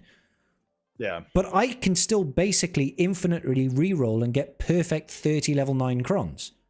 Well, you only I've that's the done stupid thing. like 4,000 rerolls on my Datacrons, right? On this set. I still have 330,000 Mark III. I have 312,000 Mark II. I have 340,000 Mark I. Well, exactly. I haven't even gotten through a quarter of what they gave me. And so that now doesn't give you any value. To be fair, the upgrade, the reroll materials don't really, they turn into data cache when they dust between sets. Mm-hmm. So you don't get a lot of value out of them. The best thing that you get is the Mark II and Mark III conversions to Mark I rerolls and Mark II rerolls of the next outgoing set. So the one advantage that I get, right, the one small technicality is that the crons I had to rebuild, which I mean, unfortunately ended up being like 21 crons, because to accept my materials, I had to dust 20 crons to accept the materials. And that's the other side of it as well, isn't it? Which was so dumb. So dumb. Anyways, I do miss out on those upgrade materials, but I do have a nice little boost on my next go around. I've got like 11,000 Mark IIs already saved up for the next go. I've got like 7,000 or 8,000 Mark III. So I'll be leagues ahead on the next one. But again, it's not like the trade-off has been exorbitantly in my favor. It's just been like, I'm getting minor benefits on this whole snafu. But it's one of those things where it's contextual to where I am, right? Most of the people I was going to fight in GAC are going to be similarly invested, not 100%, but similarly invested in Datacrons. So now I'm going to have people with way more, refinement, but I also equally have that level of refinement. So it's not like I lost any footing. I'm just on more equal footing. And then on top of that, Datacrons for me are basically a place where you light money on fire and watch the world burn. So there's not a huge reason for me to be emotionally upset about that, because that's always how that plays out. So like, I'm not the best person to get an opinion on it from, just because like my relationship with Datacrons is already just like, I set money on fire and watch the world burn. So why do I care if my fake money got fakely inflated? Like I get it. CG has done a lot since the beginning of this era system to really piss on old whales, like people who have been playing the game for a long time and spending money. Yeah, feels just really weird. To quickly address what Nano is saying in chat, Karth knows that these reroll mats don't dust to anything now, thanks to that make good. But what he's saying is the fact that they dust into data cache is it means it's kind of irrelevant anyway. Like the reroll mats, he doesn't get because a ton of it. he probably gets so much at the end of each era that he has to, before the dusting happens, manually has to dust a shitload of Datacrons and invest them into other things. I have to sprint to Sector 4 end node day 1 to be able to and then get 2 refreshes in to get enough upgrade materials, and then the FDCs to dump that 100,000 into 100,000 for what you can, that you, or 100 million, you're right, that you have maxed out, and then you have to dump all of it, and then you'll literally refill the tank when everything dusts. Like, it's just a different can of worms. I get that you're not getting anything from this particular go of things, but all I'm saying is that reroll material isn't dusting into the most useful resource for me, because usually I'm already zeroing out on reroll materials by the time a set is dusting anyways. Genuinely, I think it would be a different case if the data cache cap wasn't 100 million and it was like 500 million, and then you'd be like, oh okay, that's all of a sudden this is valuable. But the cap really hampers things. I threw away the better part of 100 and almost 200. No, that's too. Well, actually, no, that's about right. I threw away about 200 million data cache with this snafu. That's a lot of data cache. Well, because I was capped when it rolled back. I was already close to cap, right? Like, so I lost everything when I collected the rewards to redo everything. Yeah, and then I lost all of that from that inbox message, but then I had to dust 20 Datacrons while at max. Yeah. So you lost, what is it, about 3 million? No, that's not that much per Datacron. It should be, no, it's 2.5 million in the preset. So like 50 million data cache. Yeah, 50 million data cache. Okay. So I think we've kind of exhausted that plot line. We need to go on to Tribe Talks questions because we're at 1 hour and 10. And more importantly, Karth, I hate to say this, buddy, but I need to go downstairs and get some more whiskey. So you're going to have to carry us for a minute or two while I fill my cup up, buttercup. Yeah. Oh yeah. The main thing is I'm just not the best person to get a hot take from on it, because I just think of Datacrons as lighting money on fire. So when my money I've already lit on fire is getting devalued further, I'm inclined not to be super irate about it. But then again, I like that old meme of, it's just game. Why are you mad, bro? And so it's just how a fantasy game works. Yeah, it sucks, but it's not the end of the world for me. I know there are people that have better takes on it than me, but that's completely fine. But we will take a minute in this broadcast here real quick just to say that if you guys do happen to have some questions you would like us to answer, very quickly head over to Scribe's Discord channel and go find the channel for Tribe Talks questions and throw your questions in there. While we are streaming, we tend not to read the chat very actively, because it's just hard to keep up and keep on conversational points, and sometimes we just get lost in tangents and I want to rant for 15 minutes about shit that I don't like. So that's where we kind of get. So if you want to throw your questions in there, we'll get to them in this section as fast as we can. But yeah, we'll go from there. Boro, I do see your question in the chat though. I think I'm only at like 3,000 to 4,000. I have not been the person who's going to fight for that extra 5% crit damage on a cron set. So I want to say, where did I pull my last profile thing? It was in patron chat, I want to say. I'm scrolling. Scribe's Rawhide? What? Scribe's pathetic. Yeah. What now? Account. Oh, my account. Yes, it's pretty pathetic. Yeah, no. My main account, Boro, only has 2,873 rerolls. But they're really good ones. But well, like I said, I usually, if I'm within 1.5% of a max roll, I quit retrying. I'm not going to sit there and re-roll another 60 rolls to get 0.25%, increase in the stat. I do not think that it's worth the time. Don't care.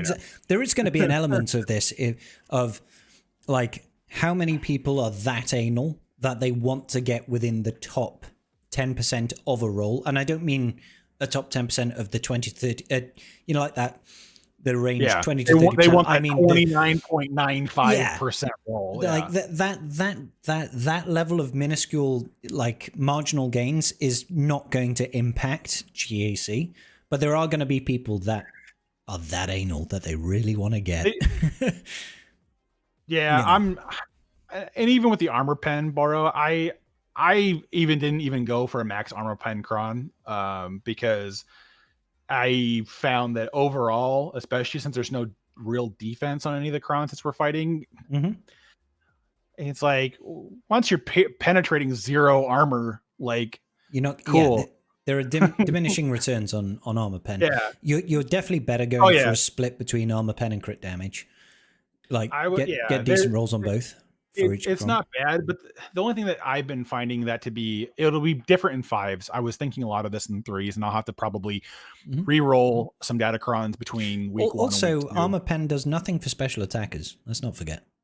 Well, yeah, exactly. Well, and crit damage is very hard to take advantage of on special attackers because you don't typically have a very high base crit chance, and so you have to remod to have that as well. Well, Darman, 2 things here. If defense is on the next set, hey, I've got 300,000 of each tier to re-roll. I'll just re-roll. Who gives a shit? Second of all, if defense is on the next set, great. I'll now have all of these defensive crons that will be useless for 2 months, and then everyone will hate me the 2 months after when there is no armor pen. And again, it's what it is. I have a hard time with that. So yeah.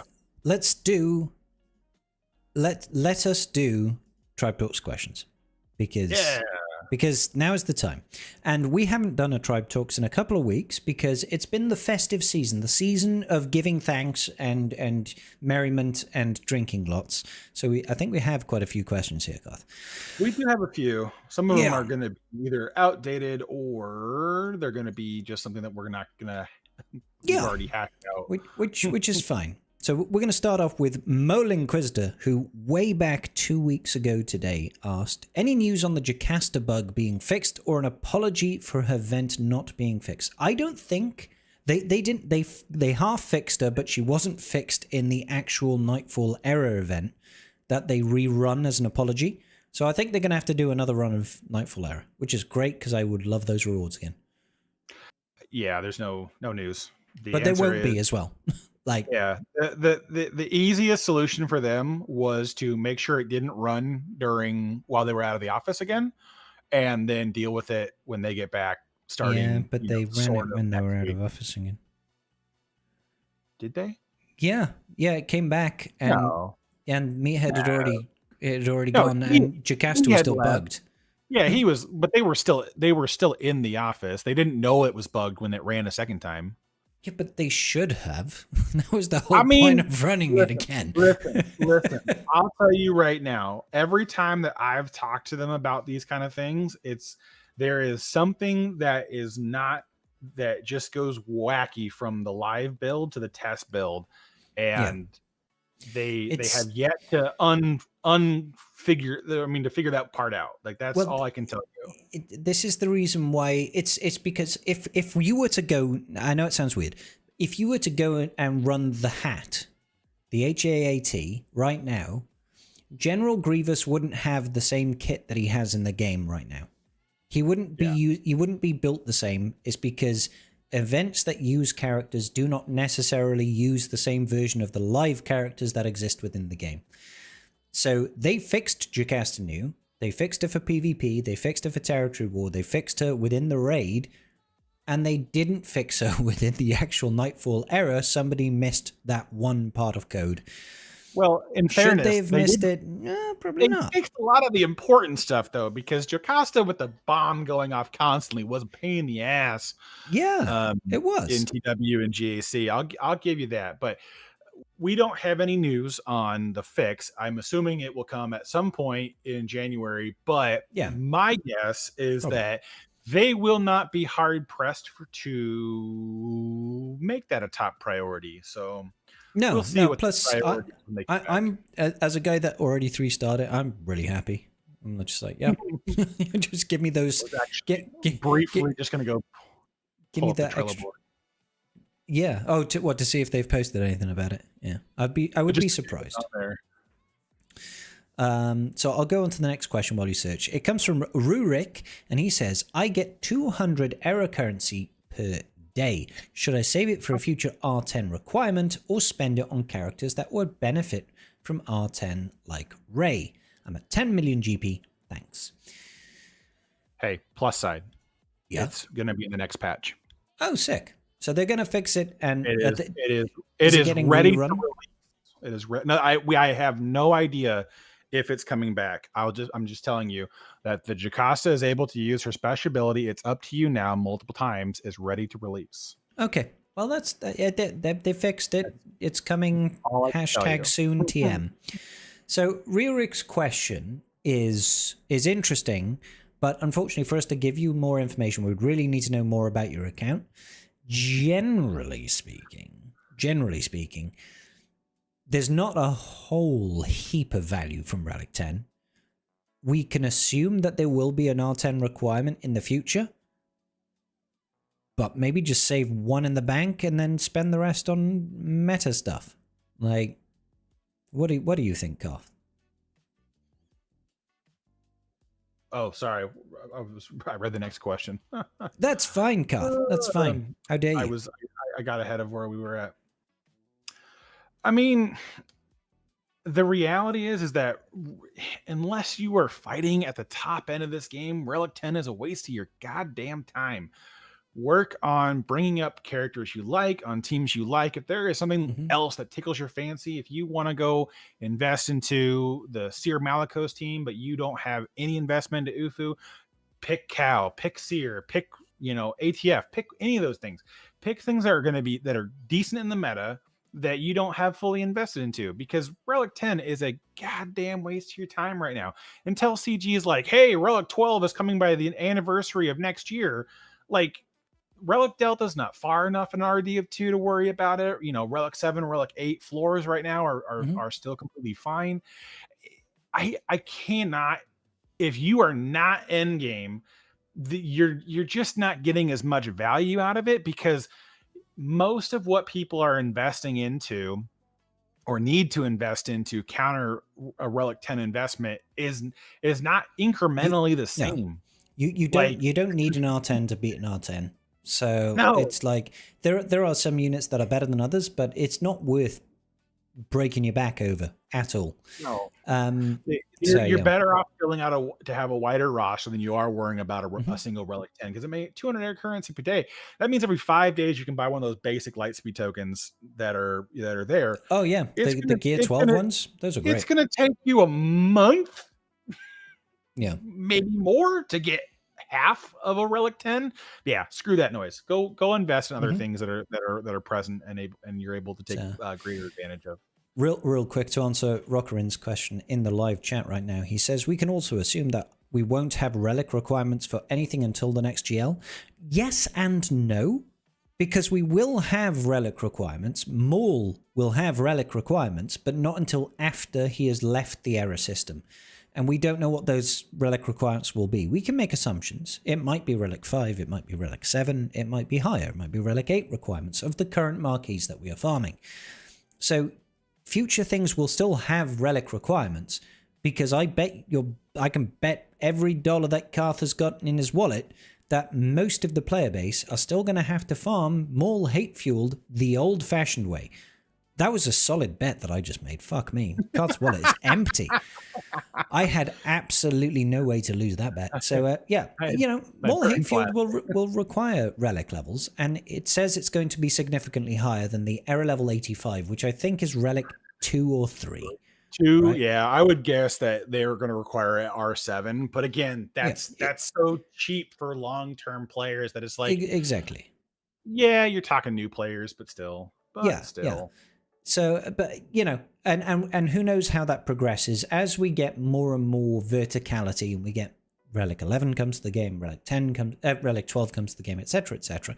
I would expect the requirements for legendary events to increase, and most people will still be capped by that whaling activity. So we're still going to require it, but R10 right now, like Garth says, it's just not worth it. It's nice to have, but we're talking very minimal.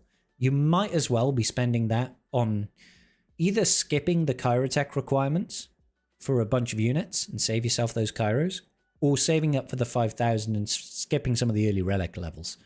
Get to Relic 5. I personally think that there's much more value in the Gear 12 Erodium tokens. Is it Erodium? Carbonite tokens. Rather than the 5,000, because you can just get so much more value, I feel. But hey, that is just me. Next question. Thank you, Rurik. Next question comes from Diesel Cheese, Mr. Cheese himself. With the new Inquisitor Barris and the Inquisitor Lightspeed token coming out, I don't think that's the Inquisitor Lightspeed token, I think is weeks away yet. How would you decide the units for 5v5 and 3v3? So, what are you thinking? For Inquisitor Barris, are you thinking... I know they made some recommendations. They said Inquisitor Barris with Ninth Sister and second was sister. That's hard into her kit. It's part of her unique. They get stat callouts specifically for those characters. So in 3v3, of course, you're going to run those two. Reva takes GI in 7th. That's not a huge surprise. You can split them depending on what the cron is to have Reva lead like 5th and 8th and have GI lead 7th and something else, or maybe Merak, depending on what's kind of like out there. But I mean, Merak doesn't really deserve to be split from Balin in 3s unless there's a cron that gives you a reason to do it. So what we're going to run into for a lot of it is that we're going to have a couple extra Inquisitors doing fuck all and nothing. I have speculated that the next era will possibly contain new Inquisitors because they have said in the post that in 5s that Barris could potentially lead the old Inquisitor team without GI or Reva. Now, part of me now thinks that is a placement until you get GI or Reva, because there are always going to be people who do not have those characters yet because they're not that far along in the game. They're not that far in TB yet. So these are probably talking more to newer players. And that's why Luke's kind of the way he is too, right? Luke is all about the pre-GL Leia team. And so it's not really going to be as super exciting for, people who have Leia, because Luke's going to be a little less ideal. But for the most part, as it's going to sit right now, is that you'll probably just have leftover Inquisitors in 3s that will make decent plug and play UFU fillers for different UFU teams until you have like Spooter Maul. You could probably throw any UFU with the Stranger and Starkiller in 3s and have a very powerful team that's just a placeholder. You could maybe have a use for some of those UFUs with Seer Malicos since Starkiller is going to go live with the Stranger after this. There are options, but it'll be interesting to see what happens. But yeah, for the most part, I would not be worried about 3s utilizing all of your characters. In 5v5, I think 8th Brother takes it on the chin and sits out, and Barris joins the team. And then the other ones just go back to being useless bench warmers, which is the problem with 5v5 Grand Arena, only having 11 teams on defense and 11 teams for offense. You're not going to use all of them. Yeah, and that's always going to be a problem as long as we keep gaining more and more teams, which we're always going to gain more and more units without expanding the zones or making some use in another way out of our extended roster. Yeah. CG is refusing to address that right now. It's not their priority. Well, they will bring back relevance of characters with datacrons, like with the Ninth Sister Inquisitor cron that we had, last season.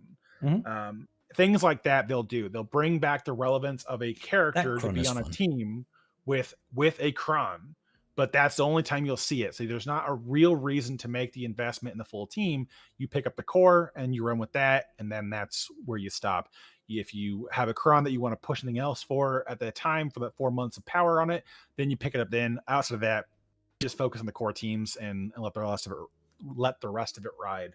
Yeah. So thank you, Diesel. Appreciate you.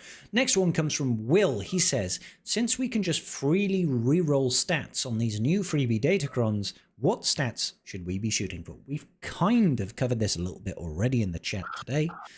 But it kind of depends on what you're going for. Like, yeah, it depends on what team you're running, what you're looking at. I mean, there's a whole slew of answers you could come up with.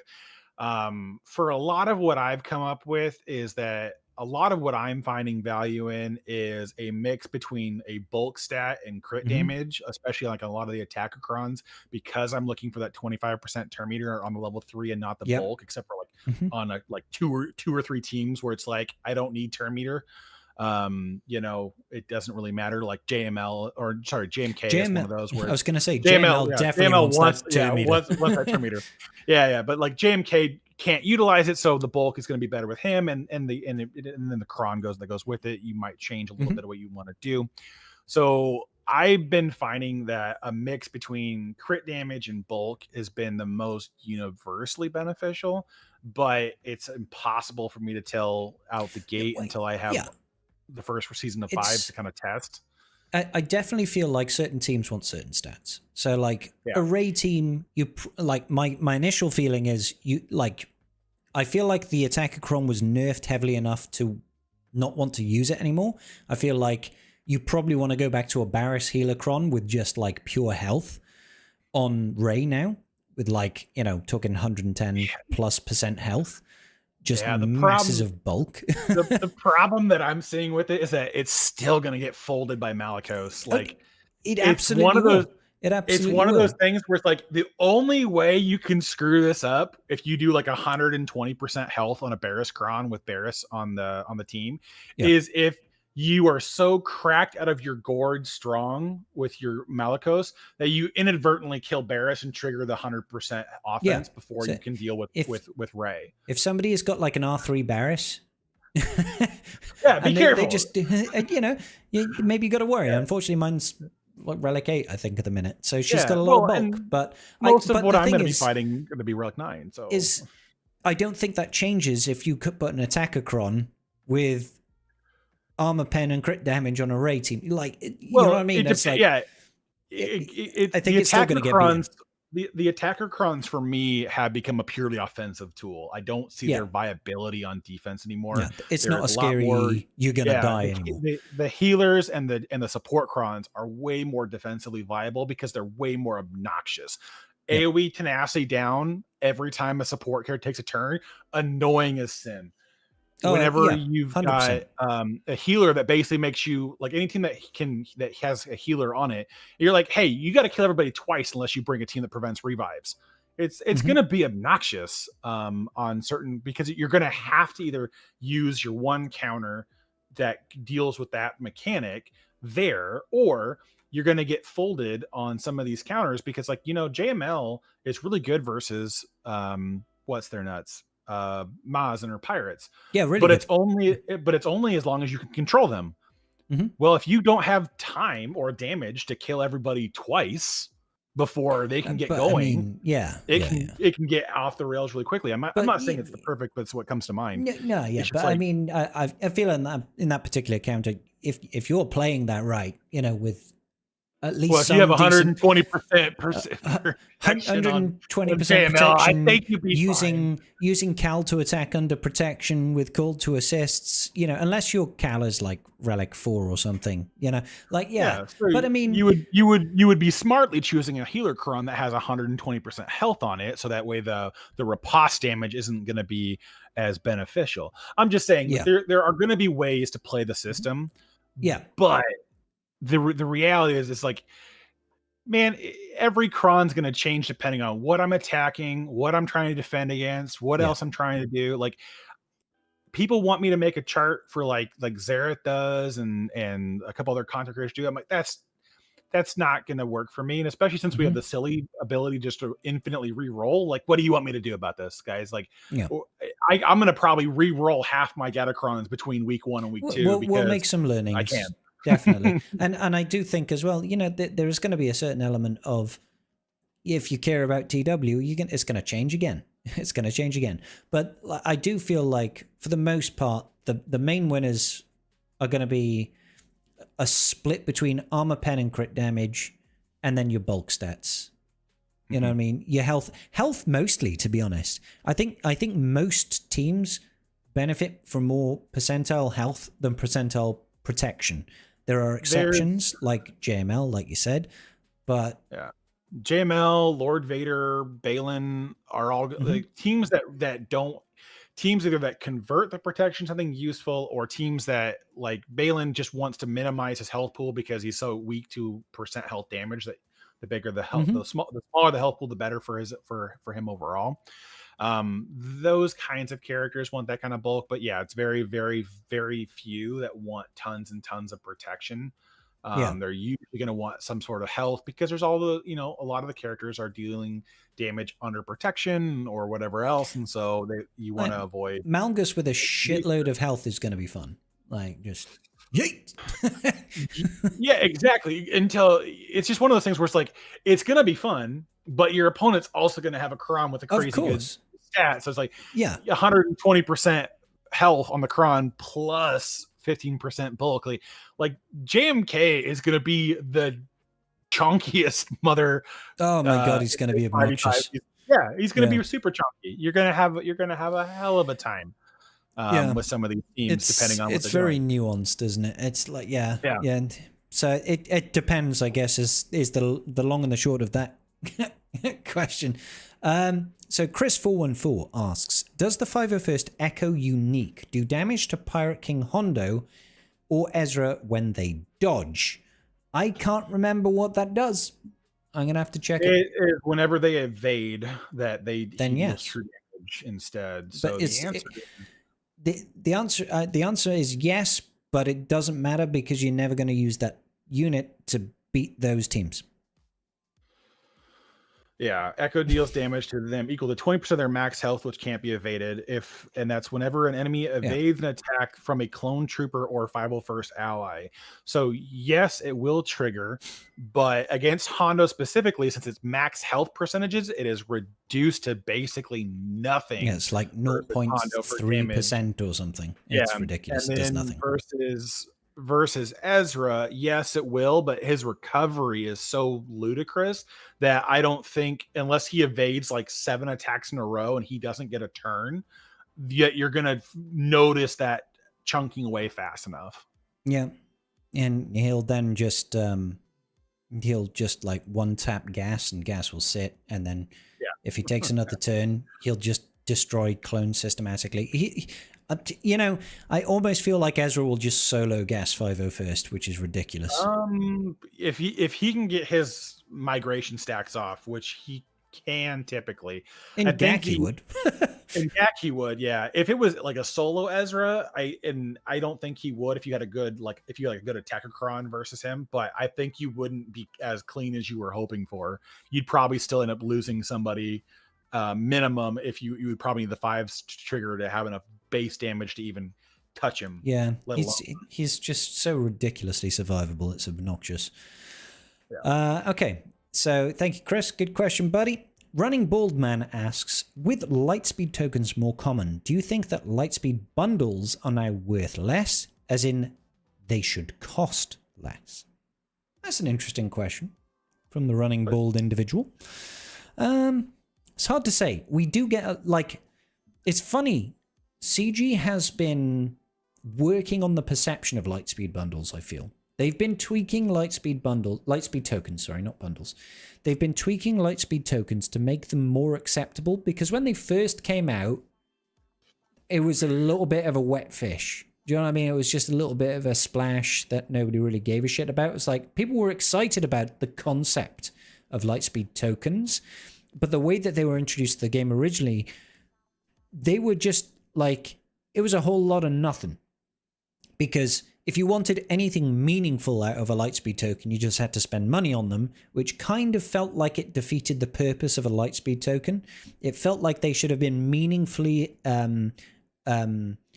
reachable for the average player without having to spend real world money, especially when you have Lightspeed bundles for a tenner that gives you like 5 characters at Relic 3, you know?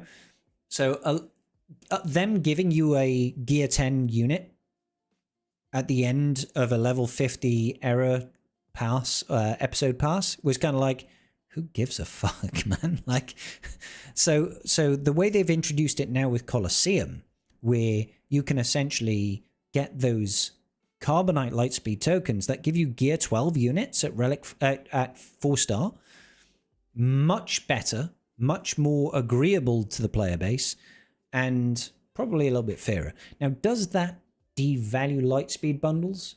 Yes and no. No. It does in the sense of you're saving some gear, but depending on the bundle, that's a different story. Bundle is, value is dependent on what the player gets out of the character. And so like older legendary units aren't going to be as valuable per se, because it's easier to access those characters, and the shards aren't worth as much. But the one thing for the most part on a lot of these things is that the Lightspeed tokens don't give you a 7-star character, where the Lightspeed bundles do. And they have touched up a lot of the Lightspeed bundles to increase the value that goes with them. Because I think the Inquisitor one that was just out, they had moved all the relics to Relic 6, which, I mean, I know for a lot of people it's like, oh, Relic 6 whatever, but I mean, that's a lot of Electrium conductors. 100 of those is not cheap by any stretch of the imagination to get your hands on. So they have increased the value on them, but the fact that you're getting a 7-star character usually is a pretty good turnaround. I still don't quite understand why they're still being so, like, with the ones that cost like $40 to $50, I don't quite understand why they're being so stingy with Zetas. They should really just let the Zetas fly. I understand why Omicrons need to be off the board. I know they did it with the Trench pack, where I love that the Trench one gives you everything, all the Zetas, all the Omicrons, ready to go for like $40. And then the Malicos one's like, well, but you could only have everything ability tier 7. Just like, no wait, Zetas, why? no triple Like, armies. It's the same price. Like, at least give me the Zetas. Like, come on. It's probably because nobody fucking likes Trench apart from TW players. Yeah, but I mean, again, the short of it is that Lightspeed tokens are great for players that already have 7-star characters, because you're getting massive gear jumps. But if you don't have the stars or the shards for the character, the other ones still have a good amount of value. It's the problem that we were just talking about earlier with air levels in Colosseum, is that I don't give a shit about Relic 6 because I can easily climb to that point. So you're trying to tell me that the $130 is worth it is a big giant bowl of dookie. But to a person who can't even fathom, rosters at Relic 6 that don't come from like Lightspeed bundles, they have a different viewpoint on that. And I understand where they're coming at from that kind of thing, but the value that they try to transfer intrinsically across their offerings is looking at from everybody who has 0% progress to, like 90% progress. They're trying to put the value in that. So when you're part of the group that's on the very end of this is even usable for me, you're not going to see the value on that. But if you're on the group of like, man, I just started this account like a month ago, and there's a whole Inquisitor bundle, and I love the Inquisitors from Rebels. Now I get to have GI and all of his characters at Relic 6. Like, man, I'm stoked that like that $50 was money well spent, because I can tell you, as somebody who bought GI day one, you can't tell me that value's not great. Like, get bent. you not only did I remember this, right? Not only did Karth get GI day one, but you also like R-rated the whole Inquisitorius faction, like immediately. And it still took a fat minute to get through the stupid event.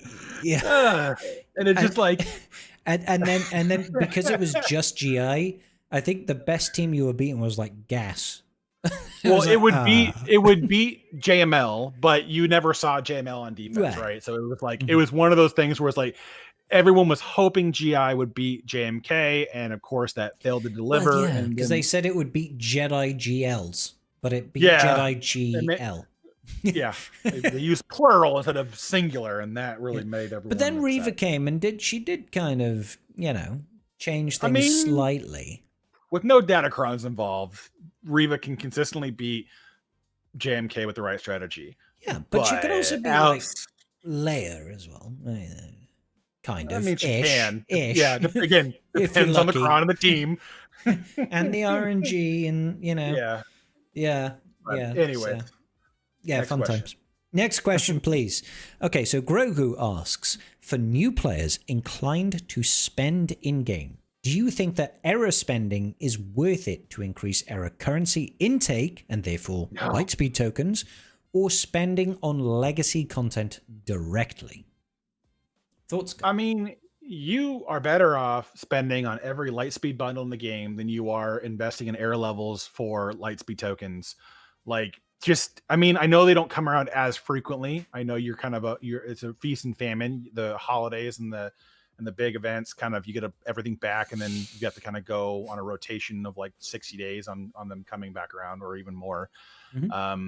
But if you are inclined to spend this game, Hyperdrive bundle, buying the any Lightspeed bundles that you can get your hands on, that kind of stuff's going to bring you a lot more overall immediate turnaround. R9 Clone Wars, Chewbacca, and Cup Lightspeed bundles, cash money. The thing of it is that Lightspeed tokens give players who have been playing for a longer period of time a false sense of equivalency, because they already have the character at 7 stars. A 5-star Relic 3 character, while better than nothing, is not worth selling the farm for. You are better off waiting for that $30 Ray pack, or the $30 Kylo pack, or the $50 gas bundle that gets you the negotiator unlocked at 7 stars for whatever's sake. Like, there is so much more value in Lightspeed bundles for early game spenders. The biggest problem they have is just Zeta mats and Omicron materials and then mods, which CG is slowly kind of rectifying that.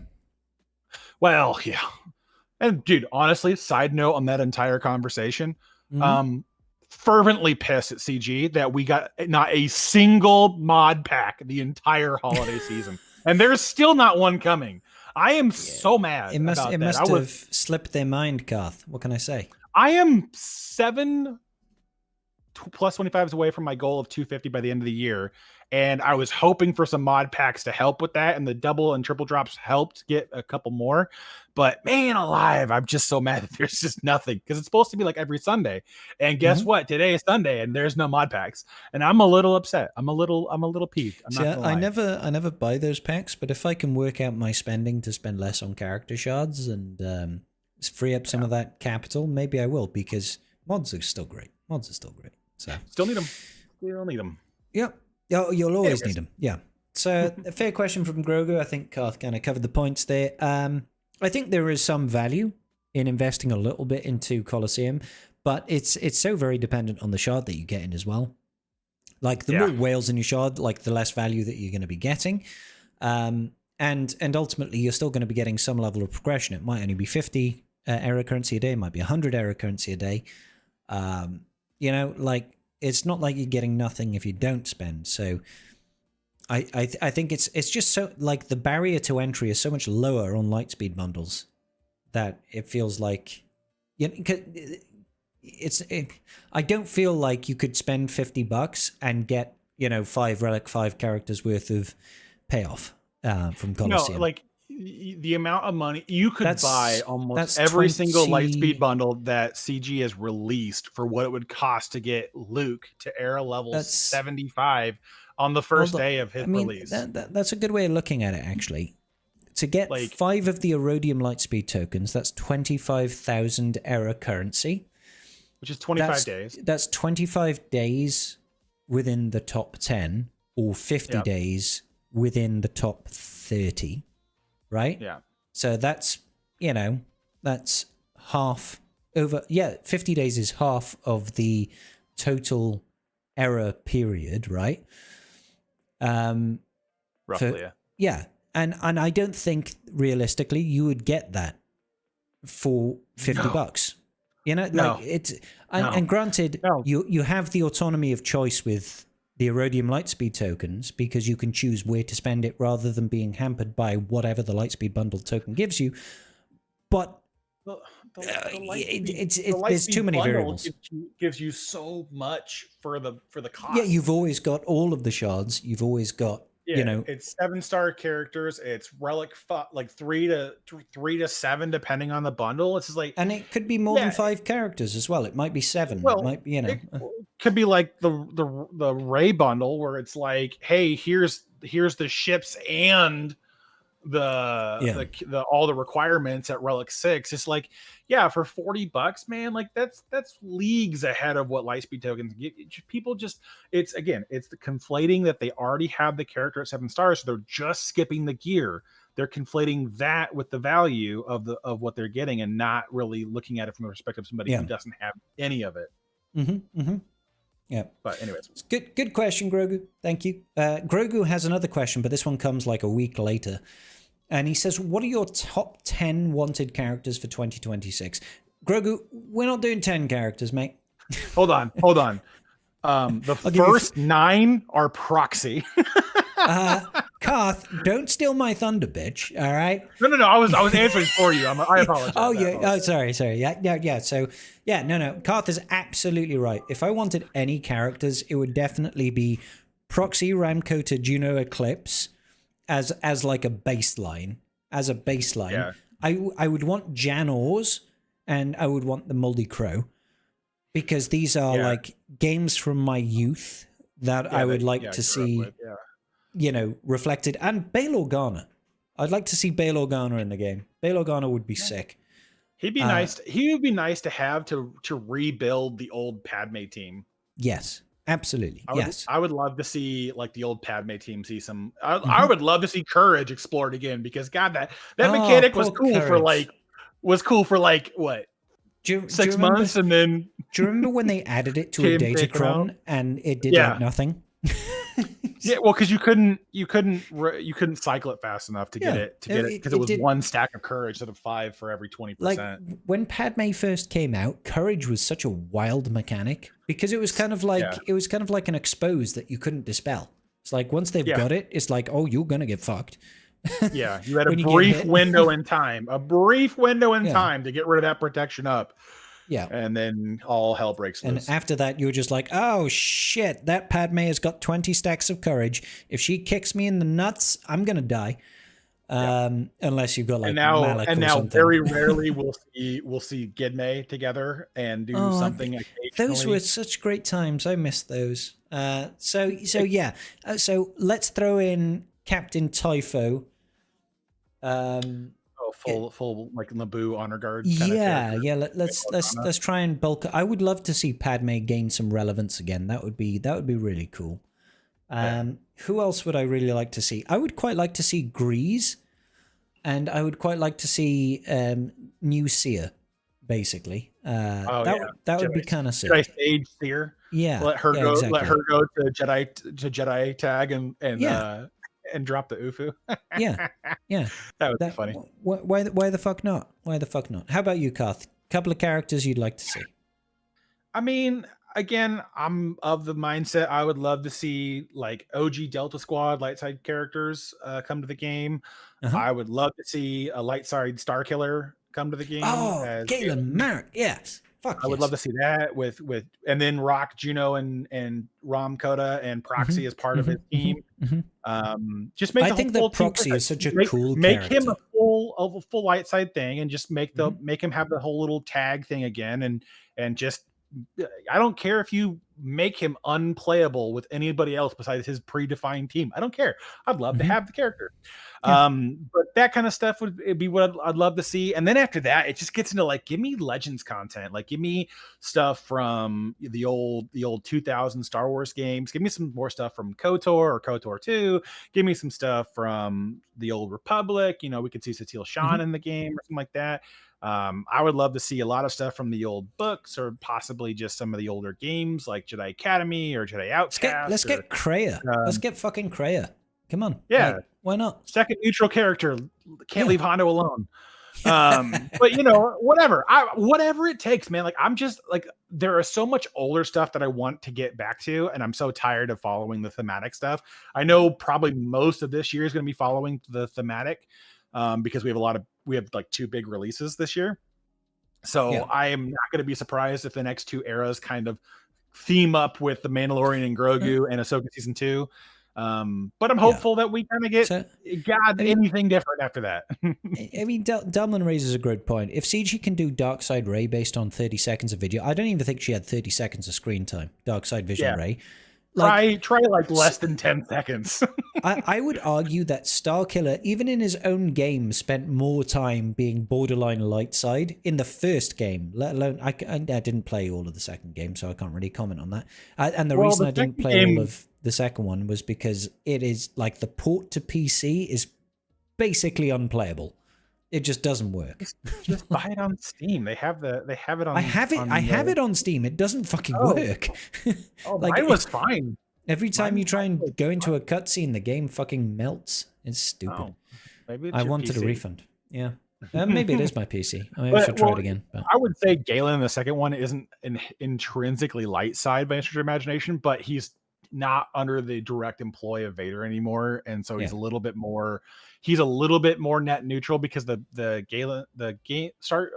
second game kind of follows the thematic turn of that you ended the previous one on the light side ending. So that's kind of the reason. And then of course he's got dual blue lightsabers, which is in the first game he's primarily red. He starts with the red lightsaber in the end, and he operates in the first game he operates a lot of the time under the guise that he is almost like a spy for Vader, trying to infiltrate the rebel. Well, not even the rebels, because the rebels didn't exist. But half the game he's an assassin, the other half of the game he's a double agent, and then he ends up being betrayed so many times that he doubts Vader. And then Vader tries to kill him a couple times. He does kill him the first time essentially, and then revives him, and then the second time Vader leaves him for dead on Hoth, right? Not Hoth per se, but a wintry planet like such. Yeah, and then, all wintry planets are Hoth, Garth, just like all sandy planets are Tatooine. Tatooine, that's fair. Yeah, Jakku might as well just be Tatooine. Let's be real. I mean, it's Jakku adjacent. Not Jakku adjacent. Sorry, Tatooine adjacent. It's Tatooine adjacent. Yeah, exactly. Yeah. So yeah, there's a bunch of characters that we would love to see. Thank you, Grogu. Oh, sorry. What are your top 5 one extra expected errors? No, I don't know. We only have 4, and the answer is something that goes with the Mandalorian and Grogu, and something that goes with Ahsoka. I can guarantee you those 2, and the other 2 is I don't care. Yeah, I have no idea. I just anything besides following the new thematic content. That's all I want. I will take anything else. Give me old games. So Life Day, Legends. The error of the Life Day. Oh God. All right, so Corin Horn asks, why is the B-Wing not in shipments or farmable yet? It came out on October 1st. Zuckuss and Forlorn are in weekly shipments and have been for a couple of weeks, but the B-Wing is not. The only spot I found it is in the episode shipments. I don't know, Corin. They must have missed it. I haven't been checking, I'll be honest. CG dialed up 1-800-GET-WRECKED. And that's all you've got. CG just pieced the fuck out for the winter period and just forgot to do a load of shit, I guess.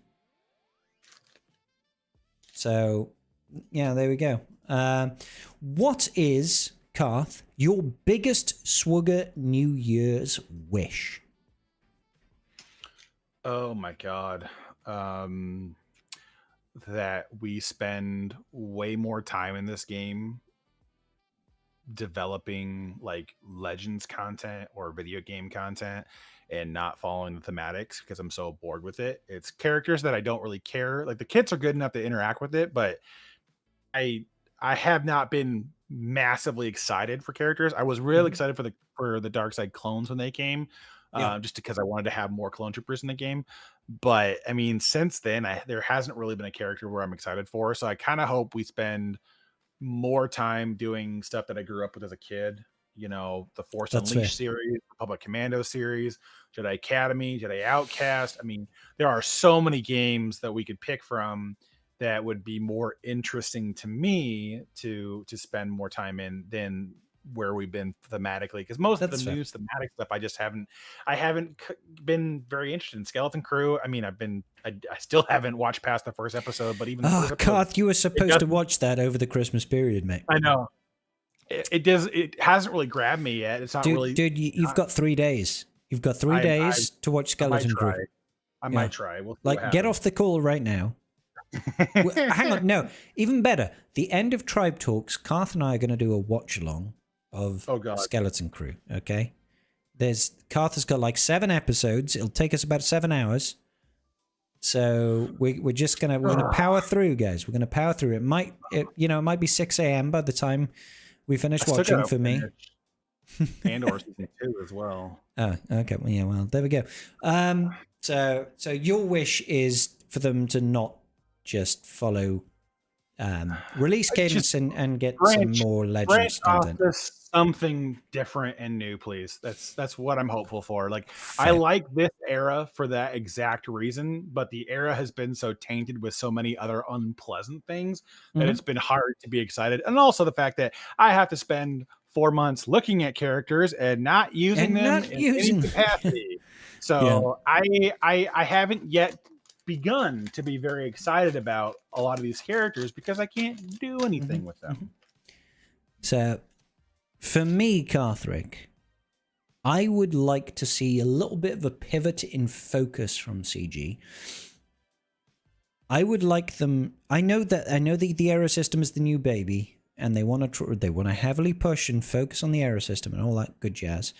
But what I would really like to see is a little bit more focus and overhaul given to GAC and TW to make them just breathe a little bit more life, specifically into TW, because TW has been it's the red-headed stepchild that nobody wants. If it happens by anniversary 11, I'll be excited. But I'll tell you right now, just for people not to get their hopes up. God, yeah. This isn't about hopes and dreams, Karth. This is my hopes and dreams. Just the reality of it is that there is literally, with how vacant Coliseum is, I doubt anything outside of the next 6 months does anything outside of the new Era system. Agreed. If it, I don't think it'll happen. I can't see anything. I'll be impressed if anything outside of Era system gets updated in the game. Like, we're talking like broad stroke game modes, like GAC, TW will be left untouched for another year. If it happens by anniversary 11, if they touch anything besides Era stuff, I'll be impressed. Otherwise, I kind of agree. Because they need the problem right now is the Era system doesn't reward people enough, so they need to do more to incentivize it and more to get people engaged with it. Even if they are getting money out of it, there is more room to grow there. Now but that's completely separate to what I wish for the game, because they're already talking about an Era PvP system, and I don't know how that makes the game fun for anybody. I don't know how that is an enjoyable system at all. So I don't want them to do that. I would rather them spend the time just giving a fresh coat of paint to GAC and to Territory Wars. I don't care if they leave TW as is and they bring in a new Guild v Guild PvP game mode. Even if it's Guild v environment, PvPvE system, I'm okay with that too. Give us some other way for us to strive as a guild together to get something new and exciting. And if we can't get that, then give us a new planet with a new unlockable character. Just one for the year. Make it proxy. Yeah. And you can kill 2 birds with 1 stone. I would rather I would be okay with that too, but I think if they do another character, it'll probably end up being something Empire related, would be my guess. It would be, because that's the whole theme of Rise of the Empire. And Aoi in the chat has literally he's just do you know that idea of corrupt a wish, where you get it? He's like, yeah, I'll give you that, but I'm going to kick you in the balls afterwards. And he says, yeah, sure, cool, we'll do guild era PvP. No, that's not what we want. Hey, I will kick the shit out of my guild for funsies. It's fun. It's fine with me. No, I think he means guild v guild, but era battles. Just total era levels. We just take our monster with average era levels, and you just watch all those spenders go hang out in the biggest guilds together. It really depends on how they do the matchmaking for it, because man, I'm sat in Mororodium. We've got like 770 million GP. There's a lot of big boy whales in there. We'd probably beat almost everybody. Not me specifically, so I would be okay, but that wouldn't be fun. That's not what I want. I want some fun games. I guess Tika brings up a good point that I keep glossing over. Fleet anything, please and thank you. new fleet as well. Yeah, that'd be great. New fleet game mode, whatever. But new fleet, I could be happy with. But anyways, so next question is Casey Wonder. Casey Wonder asks, do you think we are in a better or worse? Do we think we are a better or worse game since last year? I mean, net positive over the entirety of the year. We are a better game in the end of 2025 than we were at the beginning of 2025. That I can tell you for a fact. The last month and a half has definitely felt like an army crawl through gravel and glass, of just a lot of change that nobody's really happy with or excited about. But I think the trust me, bro, and trust the process mentality will eventually pay off, and we will be in even better places by the end of 26. But it definitely does feel like there's just a lot of additional growing pain on this particular end of the year that I think people are just really stagnant on and stuck with. It's like you're overlooking a lot of the improvements that came to the game this year.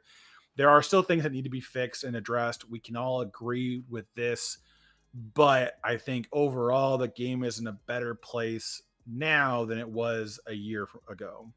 I mean, I think that's a pretty fair statement. It could be like, I know that coming off the end of last year, what do we had? We had Glat come to the game, and then we came into Bad Batch, and it was largely the most uninspired era of all time. I think it was a lot of like, why? Wasn't that the first era, the first full era? No, because we had the era of Apprentices, and that was Glat stuff.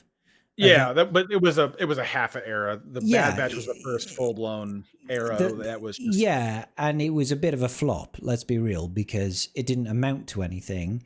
And then they kind of shoehorned New Bad Batch into the raid to be like, they still got use.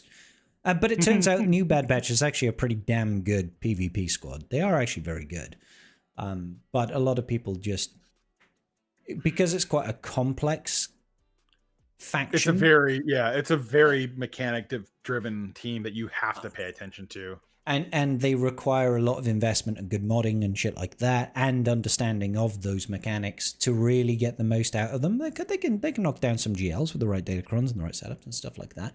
But they're not like a Sea of Malicos, which you're just like, throw rocks, boom, bye, Ray. They're a little bit different. And then we went from that into Darkside Clones, and that was universally considered to be a good move, and everybody celebrated and cheered. Yeah.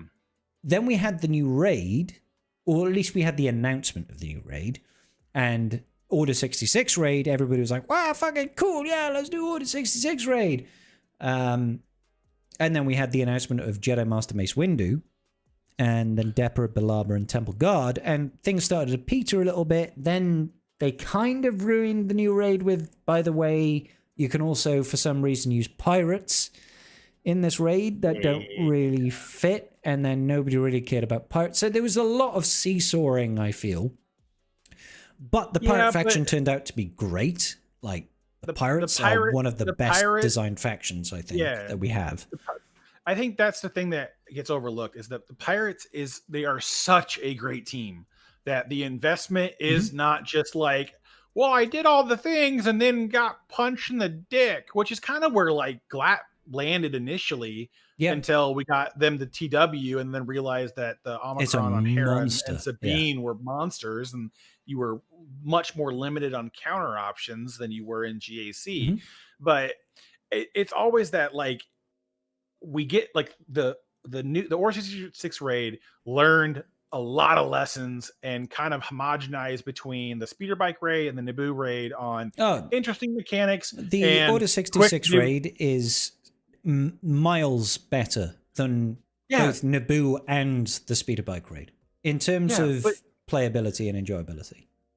Yeah, and that's the thing is like the raid was much better. Yeah, it's like that they did the pirates, that the raid came before we even had the full pirates unlocked. I get that part sucks, but the advantage is that yes, they're requiring pirates, but pirates are actually good, so it's worthwhile investing into them and even taking them up on higher relic levels. So and Hondo's a great GL. Yeah, Hondo's a great GL. He's like probably a top 3 GL. The Kron is kind of ridiculous, but I mean, he's still a very good GL. And so I think for the most part, everything's kind of been good, tracking upwards, right? Yep. And era battles in general. Like, let's not forget era battles. Like this year introduced era battles, and I know they are quite whale centric, but there's a lot for era battles that rewards free to play and mild spenders and sort of thrifty free-to-play players that can use their crystals to invest in marquee units so that they can take benefit of the era battles when they come around and gain maybe, like 7 to 25 shards of brand new marquee characters for like 13 occurrences of era battles. Like era battles were a really good addition, and they introduced the assault battle for Glat. So there was a lot of economy changes. We had amazing economy changes at the end of the year with the Hour of the Anniversary, with the changes to lightspeed tokens going up relic levels, with the introduction of the ability to break down materials in the scavenger node to get aeromags and droid brains, which were previously much harder to get, specifically from a free-to-play perspective. And they introduced additional sources of tier 1s and tier 2s of signal data. Like, there's a lot to like about this year. They updated the raid currency to give you Zimbadals. Oh my god, that was so good. On the Mark II. That's so fucking like there's a lot of overall net positives here. Even the new era system, if you take away all the bumps and bruises of it, people are going to essentially, if they interact with the game mode and do the bare minimums that's required of them to interact with the game mode, they're still going to walk away with 6 characters, potentially a 7th if they happen to get a 4-star unlock of Spooder Mall. Well, my alt account should. My free-to-play alt account should, but that's because I specifically save crystals for it. So, but you should, at that junction, though, walk away with 7 characters at gear 12 for free. Like that's not a bad turnaround for a lot of players that had to spend or divert resources on new characters. 7 characters at gear 12. That's 7 times 300 Kyrotech. So what are we talking there? 2100 Kyrotech. That's a lot of fucking Kyrotech. It's not nothing. That's all I'm saying. It's like the overall on it is that we are in a much better place now than we were a year ago. The only side effect is that the last 4 weeks has been a lot of punches in the dick. But everyone's had an abusive relationship before, so somewhere we'll get a really good make good out of it, and we'll let it ride for a few more months. Yeah, I think overall, I think I agree with Carl's statement. I think we are actually in a better position, and I think we've set ourselves up for more improvements, more success in 2026. But who knows? We're going to find out. Maybe CG decides to screw us. I don't think so. I hope not. We'll find out. Okay, next question comes from Richie Fritch. How you doing, Rich? Love the show. Thank you, sir. So with the new information about Spider Legs Maul, Spooder Maul as we call him, how we need to be error level 85 for a 7-star unlock, How deceived do you feel? Do you think it was a bait and switch? Was it just lack of information that makes us all sad? Also, going forward, are you still going to 7-star tunes? So it's a lot of questions. I want to jump in real quick here, Garth, before we go in. Early on in this process, I actually put out a video where I theorized on error level locking for Maul, because I saw that the 4-star unlock said it needs error level 45 characters, but they did not give us error level unlocks for the rest of the characters. And I put out a video saying, if the 4-star unlock needs an error level as a base level requirement, what do they expect us to have for 7-star? And what does that mean? Because that's a big change. Because typically speaking, the people that spend on stars usually, not always, but usually, are the people that don't necessarily need to spend additional resources on gearing and relic levels. It's usually the players at the late game, or the players that just have enough resources to be able to relic 5 characters off the bat. You know, like me, like I can take a brand new character to relic 8 day 1, not a problem, because I'm an endgame player and I spend that much money, and Karth can do the same. He could probably even take him to relic 9, truth be told, if he really wanted to. That sort of thing. So it was kind of a change, and I said that this was a bad move at the time. A lot of people at the time said that I was just what do they call it? Not rage baiting. I was like being sensationalist, and why am I trying to make drama out of nothing? I was like, no, I'm literally just reading the tea leaves here. This is the way that things are pointing. And then it turns out, yeah, we're going to 85. Now, personally, I do not like the concept that people that have spent, quite frankly, a lot of money getting characters to 7-star and then are expected to spend additional money on stuff that they would never have to spend additional money on anyway. It feels like people that spend money are being bled for additional money in the game when they're the people that prop up the game anyway. It's like, you pay money and we thank you for it, but now you need to give us more. And there's no additional reward to that payoff. You're getting the same shit. It's just like somebody charging you an extra 50 pence for your milk every time you go to the store, and you're like, well, I'm still getting the same amount of milk, but you're just charging me for it. You know, it's like, don't like it necessarily. And it's forcing me personally to reassess how much I spend on the game and where I spend the money. So I will still get those journey guide characters unlocked to 7 stars, but I won't be dropping $100 day 1 on every character. I'll probably drop $30 and I will save crystals to buy the 12 pull, which should in almost all circumstances get me to 6 stars day 1 anyway. That does mean I need to curtail how much crystal refreshes I do. Do I feel like it's a bait and switch? Not really. I don't feel like it's a bait and switch. I feel like it's just inflation. Honest to God, though, the bait and switch is one of two things. One, it wasn't a bait and switch because they just didn't tell us, which is we were left too long to speculate, which is always the bane of CG, is lack of communication. Because if we have too much time, if you get content creators putting out a narrative, sensationalist video, yeah, then I've never done that. You start to get the rumor mill spinning, and then people go, adamantly go, oh, it's going to be crazy, or it's going to be, no, this is how it's always been. It should be like this. So the biggest thing was that it was just people didn't have the information right at the rip, and people felt disenfranchised because they initially invested in the first couple of characters to find out later that they were going to have to keep investing to a higher degree to make that work. And I get that didn't feel good, but it's like an extra $230 to take all characters to level 85. It, from the perspective of early game spenders or new account spenders, the goalpost moving forward for the character to a degree made a little bit of sense. Don't like it, not a fan of it, but it made a little bit of sense. The biggest issue is, I think, for a lot of people is, again, just the lack of information. If they had known in advance, they would have made that decision outright and change. And CG might learn from this, and on the next go, okay, say, hey, people who are doing 7-star unlocks should see a more noticeable rate of return on their investment for that. They should naturally get more era levels, even if they got to add a few more era levels, make the cap 105 for all I give a shit.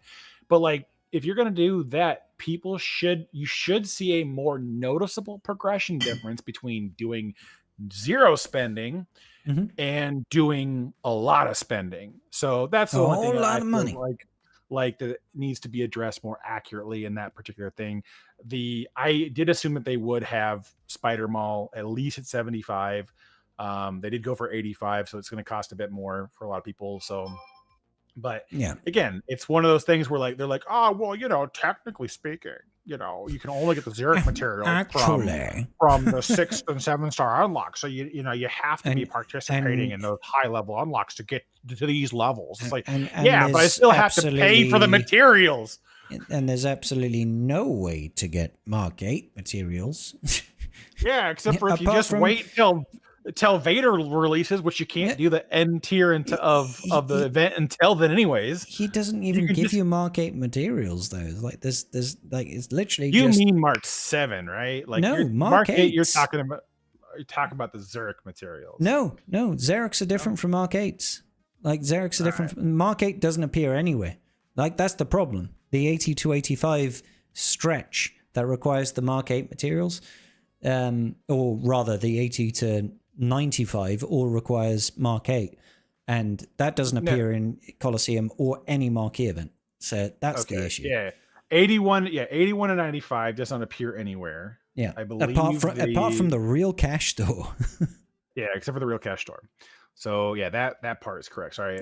But you are right as well in that Xeric materials are also gated by cash. No, we do know. We do know that there is a bundle.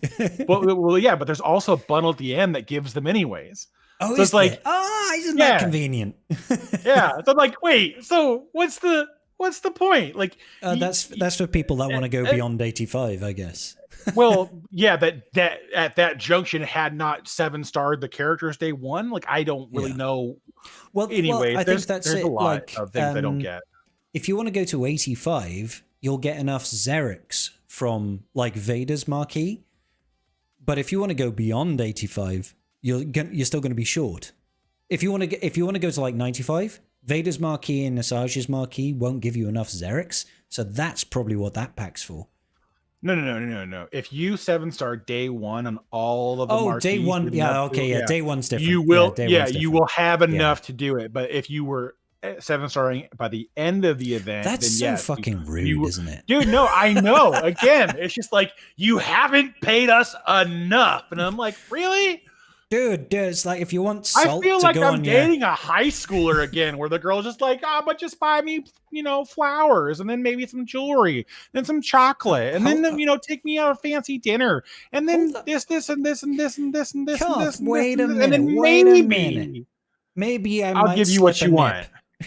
Yeah. Now, are you saying, Karth, that in high school you got dates? I mean, I didn't fucking get dates in high school.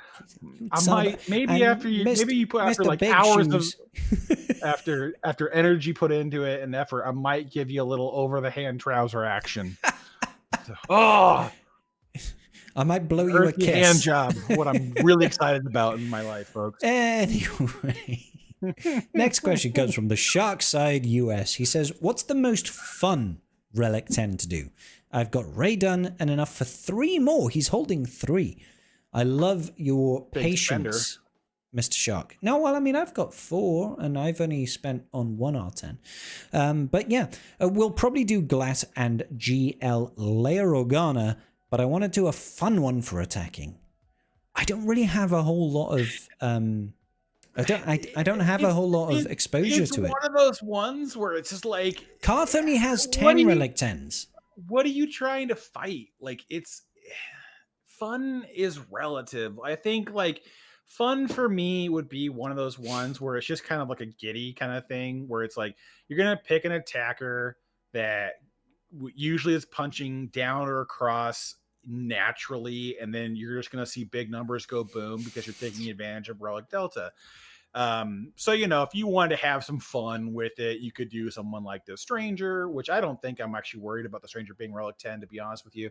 But like Starkiller, Malicos, Bane, Ezra. I think Bane is probably a good shout, to be fair, for Ben, fun. but like I think Bane would be a good one for fun, but that's about as far as I would take it. Like there is so much that Relic 10 the needle on that it's just like, what are you hoping for? Because it's like if you constantly fight like Relic 7 rays in your GAC, let's say that that's a common occurrence for you, and you're like, I'm gonna take Starkiller to Relic 10, so when I throw my first AoE, I nuke half the board. Yeah, sure, it'd be fun. But like if you're not at a very good Relic Delta difference, it's so minusculely different, man. It's just like, oh, you're gonna do 5% more damage at Relic 10 with Bane versus that R9 Queen Amidala squad. Like, you got me, man. Way to go. Yeah. Unfortunately, it doesn't really make any difference when it's R10 versus R9. It's like you might as well just be R9. But my entire philosophy with R10 is just about improving Galactic Legend squads because they're just universally useful in all the game modes. And then once I get through that, I'll look at, maybe doing like Balin or Malgus or I want to do Malicos. I want to do Malicos. Queen Amidala or something like that, where you just get a lot of value out of that. I want to do proxy. R10 proxy. Okay, that's the rule. The money you'll have to spend to be the first person in the world with it. I will try my best. Okay, so next question comes from Smasher Bob. He says, no question, just Merry Christmas and a Happy New Year. You too, Bob. You too, buddy. Yay. Yeah, it's not quite New Year yet, but we'll get there. Close. Bubba Joe says, greetings, Scribe, and Countess Carthrick. You've changed gender, Carth. I think it's Count Less. Count less because I don't need to. I just thwap the credit card down. Oh, it is Countess. Oh my gosh, what an ass! What an ass! I'm banning you in Discord. I won't ever see any of your words ever again. Listen, Bubba, I got way too much dick to be a countess. I'm just saying. We come to your court these days, it's possible. in search of new noble blessings. Now that we have an entire year of legacy releases behind us, what is the single most influential character released in 2025? 2024 gave us Bane, Ezra, Great Mothers, singular characters who warped the meta and represented new strategic tools. There are some teams that have made some impact, but what character in 2025 will be known as the way that 2024 was known for Bane and Ezra, etc., etc.? I mean, PK Hondo, man. Yeah, it has to be. There's no question here. Yeah, it's Hondo. Mace. It's not fucking Mace. Mace has done nothing the entire time. I think honestly, Mace has been great for TB. Yeah, but like to be honest with you, it's if you want to go like Bane, Ezra, GM, it's literally PK Hondo and Maz. Like those teams mechanically have been dominant since they've released. The effort you invest into them is the effort they pay out for you, and they're adding, not only were they raid teams where they have additional use, they added the Smugglers Run 3 for Hondo, and they're adding another tier at some point to that for Hondo as well. Even the current tier of Smugglers Run 3 of Hondo is still like 50% better than Jabba's one. Yeah.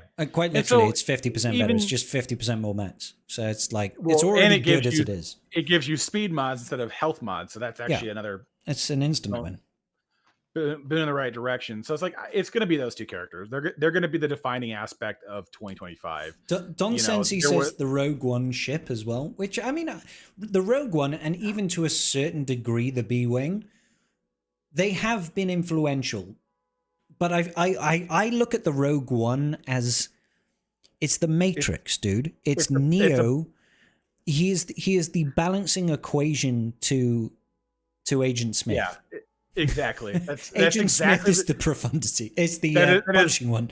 that is 100% why I devalue the Rogue One. It's just like it is a ship that didn't need to exist. It only exists because CG absolutely just trashed everything with the Punishing One. And I'm not saying that the Executor didn't need a lifter. You just should have lifted the ships up in tandem, and then and not in each release. Buff the Leviathan again. Just buff the Leviathan and nerf the Chimera. Release new ship, buff Leviathan. That's how it works. Could you imagine if they released them both at the same time? We're like, fuck it, the Punishing One's so good. The Rogue One fucked the Punishing One up. I don't know what to think about this. Yeah. Yeah. But I was so angry at the Punishing One. The B1 is actually kind of fun. It's made the Rebel fleet fun. It is, actually. But at the same time, since there's such a kerfluffle in the fleet meta right now, it's like it would be really good if it had anything else to do besides just get countered by the top meta fleets in the game. Yeah. I think that. Next year we can half expect if CG is not going to do a new fleet meta, I fully expect us to get lifter units for the Finalizer and the Radis that are on the same level as the Rogue One and the Punishing One. Like, it just makes them obnoxious. And then every fleet is obnoxious. Actually defensively viable and not just like, hey. Well, the Radis can be something other than a cleanup fleet. Like a fleet that you use when you've lost already. Yeah. Poor Radis. The Ray 5. Yes, let's bring on the Ray 5 for the Radis. And the Punishing One... the Finalizer. What can the Finalizer get? The TIE Echo. What the fuck is it? I can't remember what it's called. There's something else that we're missing from First Order, but whatever. Anyway, yes. I think definitely I agree with Karth. It's got to be Maz and Hondo for units. They're just fantastic, great units. So, next one comes from Kitch. What could CG do for the ultimate of a new capital ship? I know my answer to this one, but you go yours first. Well, it's because the new capital is going to be the Imperial Remnant, right, with Thrawn. And so what it's going to do is they're going to take that massive hyperdrive ring and then just yeet your capital ship out of the way. Or it's you've gone to another galaxy, bye, bitch. or what they do is almost the opposite of the profundity, where instead of leading the enemy capital ship away, you just run the fuck away and win and they can't find you, so you win. You're like, bye, bitch. I'm just going to go fly to another star system and leave you in the uncharted lands. You're in the unknown regions. Sorry, fuckers. That's a pretty good idea. I like that idea. Me personally, I don't know who it's going to be or how they could apply it, but the thing is, I've said this before, is I feel like CG have painted themselves into a corner with the fleet meta when they introduced fleets that could destroy capital ships. So I feel like the only way, it's not the only way, one of the ways that they can address that is to have a fleet that has an ultimate that's more similar to the Finalizer, where you've got ultimate like turn 1, turn 2. But what it does is it delays the enemy's ultimate. So you can just keep on pushing back the enemy's ultimate so they can't reach it. And so it'll be something, either that or you just disable the enemy's ultimate. That's something like that. With the Leviathan capturing, you can't use the ultimate of the character. Of exactly. Yeah, they could do something for that. Which that would be kind of fun, but I mean, again, it's one of those things to where like it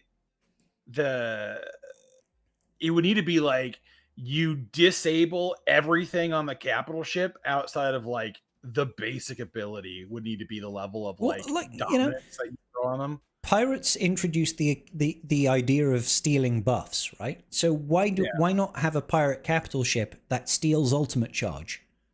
It takes the enemy ultimate charge. It's like absorb 10% of the enemy's ultimate charge, add it to yourself. To be fair, though, there's only one capital ship that has ultimate charge, right?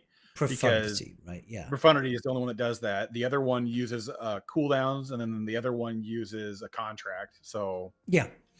So I mean, but something to that effect. I feel like it has to be, unless you want to introduce another mechanic, or you introduce a fleet that is just so dominant that you kill the enemy before they can even hope to hit ultimate.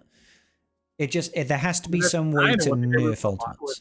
With the Profundity versus the Leviathan, though, right? Is like they made it so that basically, unless you can thwart it with RNG and tenacity up, like you can slow down the Leviathan just enough, to get to your ult first. But the majority of the fights with Leviathan versus Profundity is that the Leviathan will almost always get to that ult first, especially with the AI controlling it, versus coin flipping. So anyways. That's our ideas on that one. Kitch, thank you for the question, buddy. Stars asks, did you guys get anything exciting for Christmas? Also, have they announced who is after the Stranger for Conquest? So I can immediately say we don't know the next Conquest unit just yet, but we'll probably get that in a week or two, because they usually announce it at the end of the current Conquest, which is it has to come with the update in between, so it'll probably come out with Barris's kit reveal, or not. Well, there we go. There we go. Her update to the game. So Christmas time, Carl. Did you get anything nice for Christmas? I got something. I will have a little sign behind me at some point. Oh, really? Probably the next one with my name on it. It's what the wife got me for Christmas. Will it be Carthrick or will it be your name? No, it would not be my real name. it'll be my social security number just on the back of my wall. That's really cool. I like that. She got you an LED sign or something like that with your name? Yeah, I like that. That's cool. That's cool. So I need to get a custom designed Scribe Gaming one for my back wall. That'd be sick. So I'll do that. I'm actually going to probably convert most of the stuff back here into a giant shelf system so that I can start hanging up all my that would be sick. Yeah. Whiskey. So, and my other cool stuff, like, the Rohan helmet, and there's a sword that's over there that goes with it. And then that's a Lego set. And I've got a couple Lego sets I'd like to display. Yeah. But I need to kind of overhaul my office. It needs a little TLC. Yeah. For my Christmas, what I got was the opportunity to spend time with my family. That's what matters for me. In terms of monetary stuff, of course I got some stuff, I got some things, I got some nice gifts. I'm wearing some lovely new slippers, and that makes me very happy. I got a nice new wok, I got a nice new jacket, lots of little things. I even have a Star Wars trivia book that I was going to grill Karth on this very chat show, but we're overrunning already, and we still have a load of questions, so I'm not going to do that. Yeah, it's the last one. We got time to get through the rest of the questions. So I got lovely stuff for Christmas this year. It's been great. Okay. Next question comes from Aserius. He says, "Hi Scribe, what are your most wanted character?" I think we've already gone over most wanted. We covered that. Proxy and Proxy 20 times. Yes. Yeah. What's a good team for GA? Says Quasson. I'm assuming it's Grand Arena. That's a very broad question. Pick a GL. Most GLs are good for GA. Ewoks. Kavoth asks, for those of us going the free-to-play route for the error units, where's the good landing place relic-wise for each toon? R5 for Luke, as he's more early game. R7, R8 for our Vader. Oh, okay. Yeah, so not landing point, more what are the best investments? Where do they invest into? Yeah, that's a really good question. When they actually hit Legacy. The short answer is... not Yoda and Chewie. Yeah, Yoda and Chewie, not great for a lot of people, just because the Wookiee team is a heavy invest to start with, right? Although they are very good in Conquest themselves. Right now, they are probably one of the better units to invest in right now. Like, the basic alone from Choda does more damage than anything. In Colosseum. What did I say? Yeah, Conquest. I was like... What? Listen, dude, no. CG need to stop introducing game modes with the same first two letters. Colosseum, Conquest, they're basically the same thing. Yeah, Choda is the best character for that. I think actually Asajj will be a huge one for increasing damage numbers as well, because that disciple is going to be very, very potent in a lot of places. Yep. And her stacking offense that will Mhm. kind of help with that as well. But I would say for a lot of people, like characters like Luke and Choda, R3 to R5 at the Pretty low rip value, I feel. are pretty low value unless you have Leia, and he ends up being really good with like Leia, then maybe you go higher. But he's a support character, so he doesn't need to be super high relics. And then when it comes to like Barriss and Vader and Asajj, who we kind of think are going to be the top, because IG is in the same boat for me. IG is going to be kind of a whatever character. IG should be whatever average relic level your Afra team is. That's the answer for IG. I can't see IG lifting the Afra team drastically beyond what it already does. I think it would be good, but not good enough for it to be like, oh, we're no longer waiting for a really good Datacron that Afra can abuse in 5v5. And then when it goes to 3v3, IG90 I feel is useless. Again, it's like... Yeah. I feel like Barriss is going to be an R7. Vader, for me, he's the special one. He's the special one. Well, but the problem with Vader is that Vader needs to be fire tested as what the capabilities are, right? Because he's supposed to be replacing a Star Killer on that EP Mara lineup, right?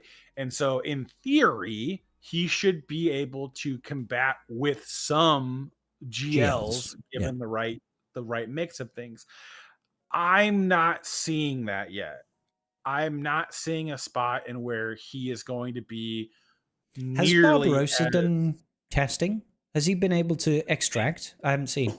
I don't know. I'm not impressed by the base stats. I'll just put it that way. Is he looks good. He's got things that'll be helpful, but he's got so much stuff that is like, if a GL is present, get wrecked. It's like, and it's kind of like, what's the point? Yeah, if Star Killer is already beating a couple of GLs, so it's like, if he's supposed to be the replacement, then why are we caring? Yeah, he's just not particularly fast. He has decent physical damage. He's got a base of 7,500 at Relic 9.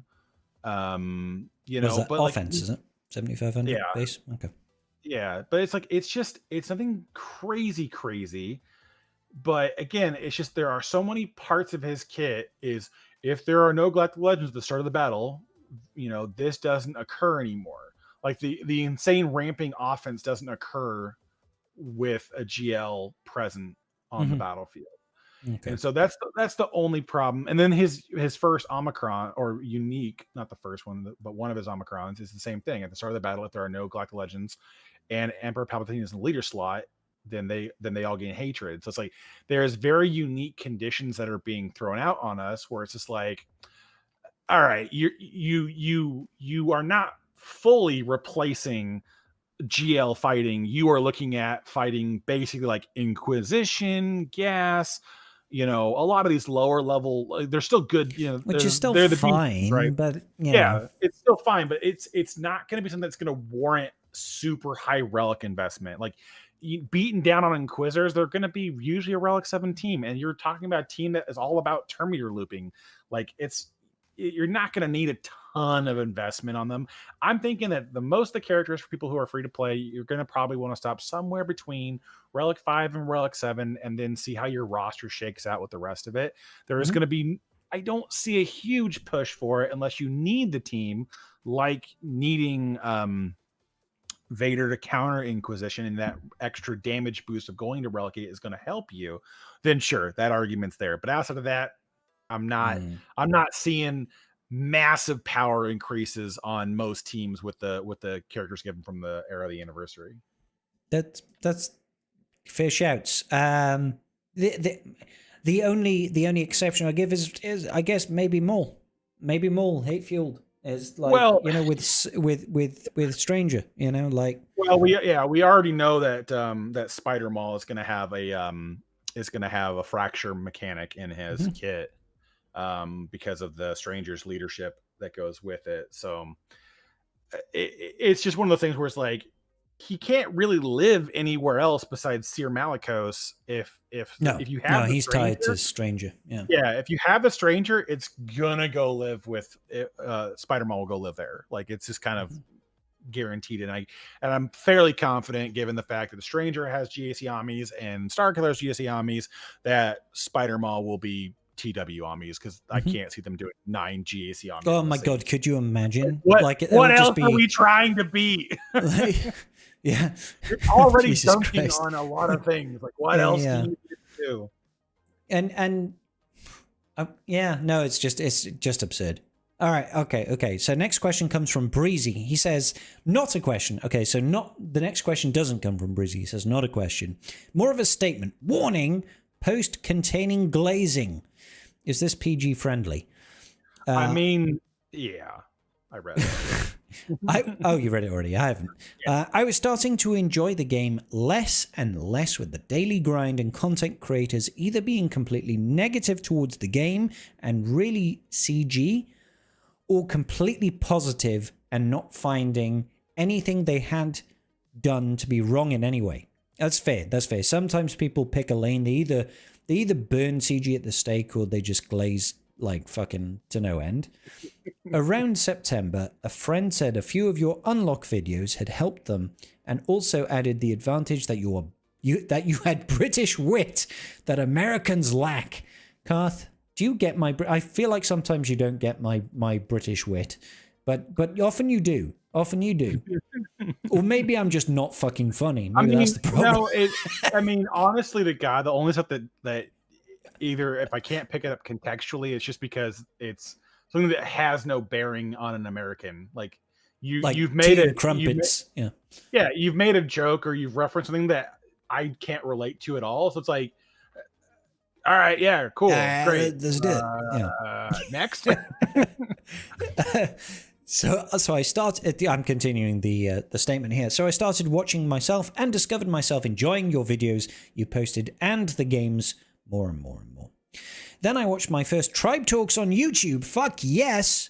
And now you're in Tribe Talks inception moment right now, because you're talking about Tribe Talks whilst being on Tribe Talks, and was totally apprehensive about Karth. What does a whale know? They'll just shill for CG and tell us all to suck it up. Why you do say that quite a lot? Suck it up, bitches. It's clearly intentional. Yeah, clearly. You and Karth and the various guests you bring on are fun and add nuance to the discussion around the game, and the tribe in general are a fantastic group of people on Discord.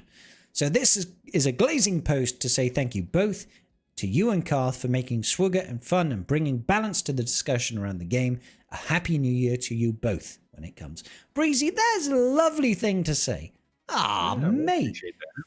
That's really kind. Yeah, Karth is a filthy shill whale for CG. Fuck that guy, but we love him. Yeah, I'll put a little bit more benefit of the doubt on them before I go raise a stake. But I have no problem being very blunt about things I'm not happy with. I try to tread the line between, seeing both sides of the argument. I'm not the guy that is just like, fuck CG, they only want to slay us, they just want our money.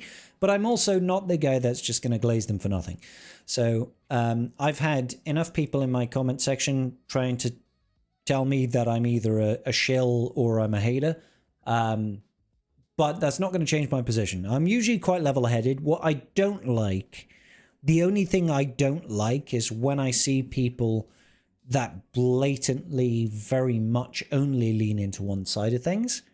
I don't, because I know they're not being honest with themselves, whether they're hating on CG or whether they're loving on CG.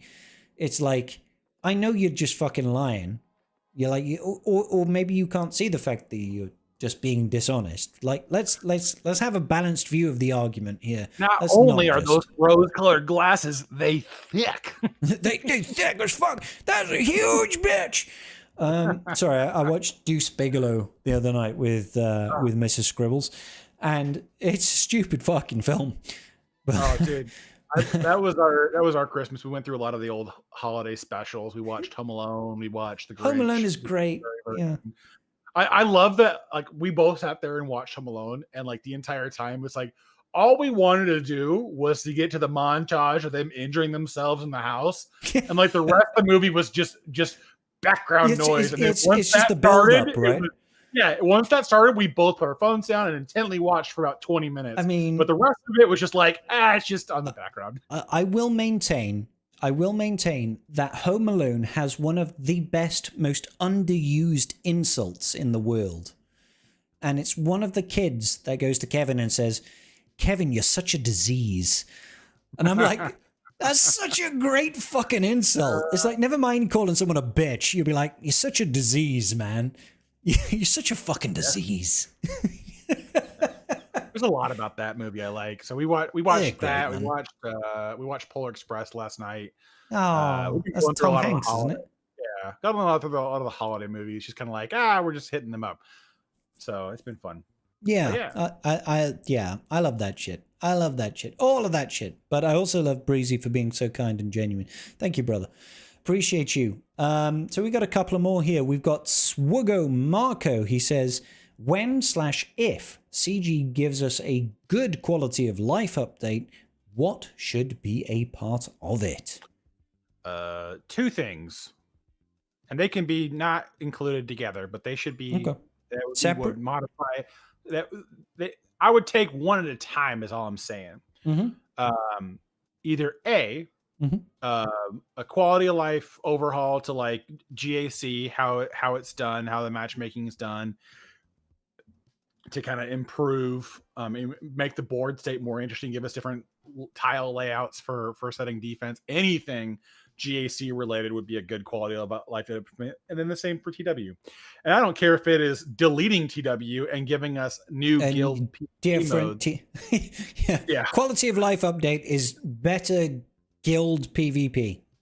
Yeah, better guild PvP and then GAC improvements. Those would be the good ones. There are going to be other things that we can always talk about. I mean, they need to add more things to Coliseum, but I mean, when they're adding new features, I don't think that's a quality of life update. So I want to look at things that are already pre-existing, and in that case, it's going to be anything kind of correlated to either improving GAC to make that more fun and more diverse and more interesting again, or TW to make it worth anything at all, because right now there's just next to no point to really engage with it unless you really need those reroll mats. Yep. Those are fair quality of life upgrades. I would go for my low-hanging fruit quality of life update would be Conquest. Nuts? These nuts, they're hanging low by my ankles, brother. No. First off would be Conquest data disks. Give us like even a moderately useful UI to look at data disks and manage data disks and equip them, rather than just fucking, I don't know, walk around like a bull in a china shop trying to find out what your data disks are and how to equip them. Because the current method is shit. That's a low-hanging fruit one. My higher-hanging fruit, my more tighty-whities hanging fruit would be, give us a method of remodding in the game that makes it less of a pain in the ass when you've got full mod inventory. Because if I'm going in, and maybe you know, not everybody, I'm sure Carther's just like, I don't change my mods for the raid, I just go in and fucking get 18 million because I'm a big balling motherfucker. But I have enough mod depth to not need to change. That's why. Mod depth and relic depth. Yeah, exactly. You're not undermanning your teams, apart from maybe Tarkin Scorch. No, dude, not even Tarkin Scorch. I don't underman a single thing. I run 5-man teams, and I'm done in like 10 minutes. I run five R9 squads. Exactly. But you know, remodding is a pain in the ass anyway. Let's not make the mod inventory cap be another pain in the ass on top of that. They should, at the very least, for mod inventory, is be able to save a screenshot loadout like you can in Hot Utils, and then just be able to go to backpedal. So if you want to change stuff around for the raid, and then just put a reload this mod set back on, and then the only thing you can ever do to it is either create a new one or delete it, so that way you can't override them. then that would be the easiest way for them to address that problem. I don't know how they make that in the game, but yeah, you know, I mean, that's their problem. That's their hurdle to walk. Like, I would be quite happy if I could go into an event type battle, say like a Galactic Legend event battle, an assault battle, a raid battle, anything like that, and you could set a temporary mod set for that battle that doesn't require you to move anything in your standard roster, but it's just like, for this battle, you've got this mod set. And you could just equip it, and it only applies to that battle. That would be interesting. It would probably require them to separate how modding works. Yeah, it would be they would need to do some sort of functionality to make that shit work. So that I don't mind if you want to charge me fucking credits to do it. They're like, yeah, it's fucking 500,000 credits to do it. I'll need to do something with my credits after all this era currency expires. Well, exactly. Once you just so it's just like let me be able to, like, I don't want to have to think, oh fuck, I need to sell mods, or I need to move mods, or I need to whatever mods in order to just remod for this one battle, for this one event, and then I need to move it back. Just give me the opportunity to not worry about mod inventory cap, to go in and be like, oh, this is my Pirate King Hondo raid team. I've got a pre-saved mod loadout for this. I don't have to move mods. I don't have to remove mods afterwards. I can just go in and be like, boom, do it. That would be great.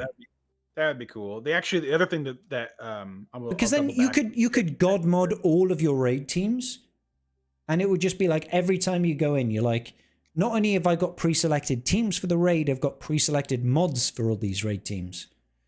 And it just goes, you know? Yeah. Like, that would be great. That would be helpful. My other one I would double back on real quick is I want them to do a way where we get a data disk reforger for Conquest. So I can break that would be down, great. Yeah. I can break down whatever the hell I'm not using. And like, I don't care if you have to be end of sector 5 to access it. I don't give a shit. But put it there, put it at the end of there where I can break down anything I can't use, or it's not towards the build that I want. It like let's say a gray one breaks down for, you know, a single fragment, and then green 2, blue 3, you know, whatever the fuck, purple, yeah, whatever 4, you know, and then it just like, okay, I want to create a blue one. It costs like 6 but you can pieces. you can choose it. But I can choose which one I want. Yeah. I think they should do that. That would make like again, Conquest is not about the capability of doing it. It's about the time it takes. Let me make it take less time, especially with the changes we're going to have. I mean, I know we're going to have changes with Relic Delta being introduced in the next Conquest series, and they're going to change how feats work, and maybe that will address some of those problems where it may not be as important anymore. But for the love of God, like, I don't know why that feature doesn't exist at all yet, where it's just like, let me just break down what I can't use and don't want to use, and go get my fucking 6 zealous ambitions and go rue the day that anyone tried to step to me as a support character. Like, I want Dash to be like, and the world went kaboom. I want the game to freeze and break because the damage numbers are too large. That's all. That's what I want to have happen. I just want to have fun. Is that so much to ask in a game? Goddamn. So, next question comes from Darth Jar Jar the Padawan Sidious. Best choice for UFU Lightspeed tokens for a 2-month-old account. Yeah, that's the end. I think it's the end of this era battle episode track. I think we've got UFUs as the Lightspeed token. I'm going to say that this is probably in regards to a free-to-play perspective versus a person who's paying, because they would probably pay for a lot of them. The short answer would be is I would do, I mean, like, the hands down, right, feels like Cal or Seer, because Cal is so impactful for a raid team that having it early would be nice. But I mean, there's so many UFUs now where it's just like, I don't know, man, throw a dart at the wall. You'll find. I mean, what I would say, I'm looking at it right now. I will cut off a couple of them. Don't do Asajj Ventress, because she's got no Kyrotech outside of the Gear 12. Don't do any of the Inquisitorius, because we're going to get Lightspeed tokens to take them to Relic 0 next year. So So not fifth brother, not ninth sister, not second sister, not seventh sister, none of those, not eighth brother, none of them. All right. Then you've got OG Kylo, no Kyrotech, so don't do him. Mara Jade, not Mara Jade. Visas Mar, no. Scavray, no. Fulcrum, maybe. Maybe Fulcrum. Marok, strong maybe. Shin Hati, strong maybe. You know, like Karth was saying, you could go for Seer or Cal. Yeah, you could go for Sabine Wren. Sure. I totally forgot, but like Mara J would be a great one too. I used I've recently I'm looking at my free to play account right now. I used a Carbonite Lightspeed token to take Mara J to gear 12 because fuck it, dude. Like, she requires a boatload of Kyrotech. She's used for Star Killer.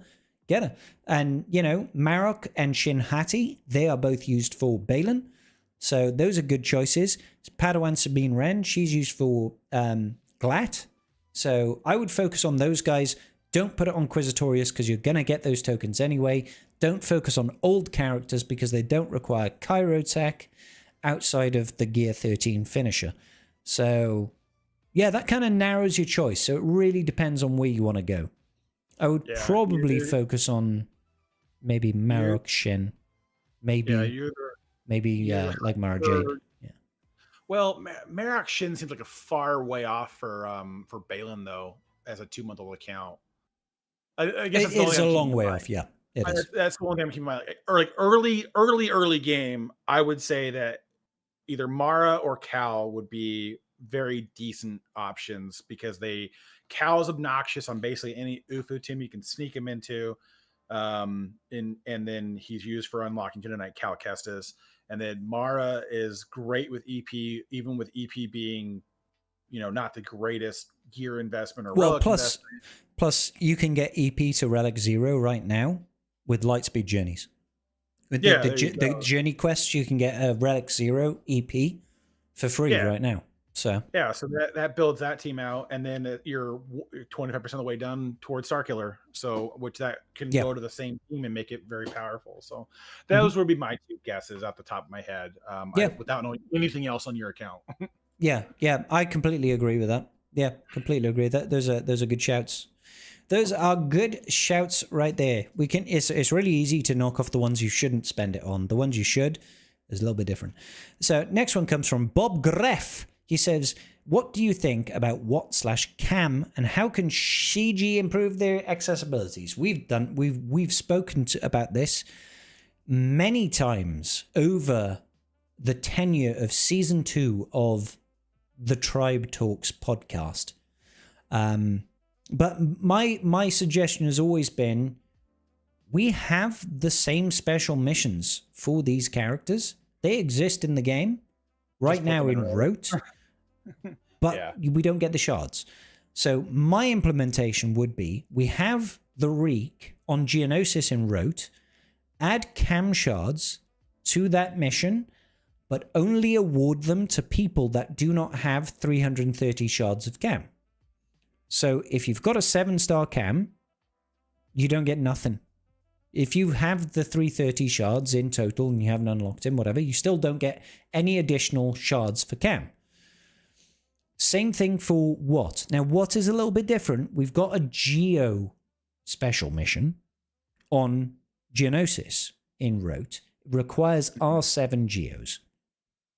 That's a much higher barrier to entry, in my opinion, because nobody needs fucking R7 Geos. They're not worth R7 in this current day and age, personally speaking. Karth probably finds use for them, but I don't. I still don't have R7. My Geos like R3 to R5, because fucking who cares about Geos? But if they added cam to it, it would add more value, right? And again, you only give it to people that have not got 7-star Watt and 7-star cam. That, in my opinion, is the best way for a quality of life catch-up mechanic that CG could do. Karth, thoughts? They could easily do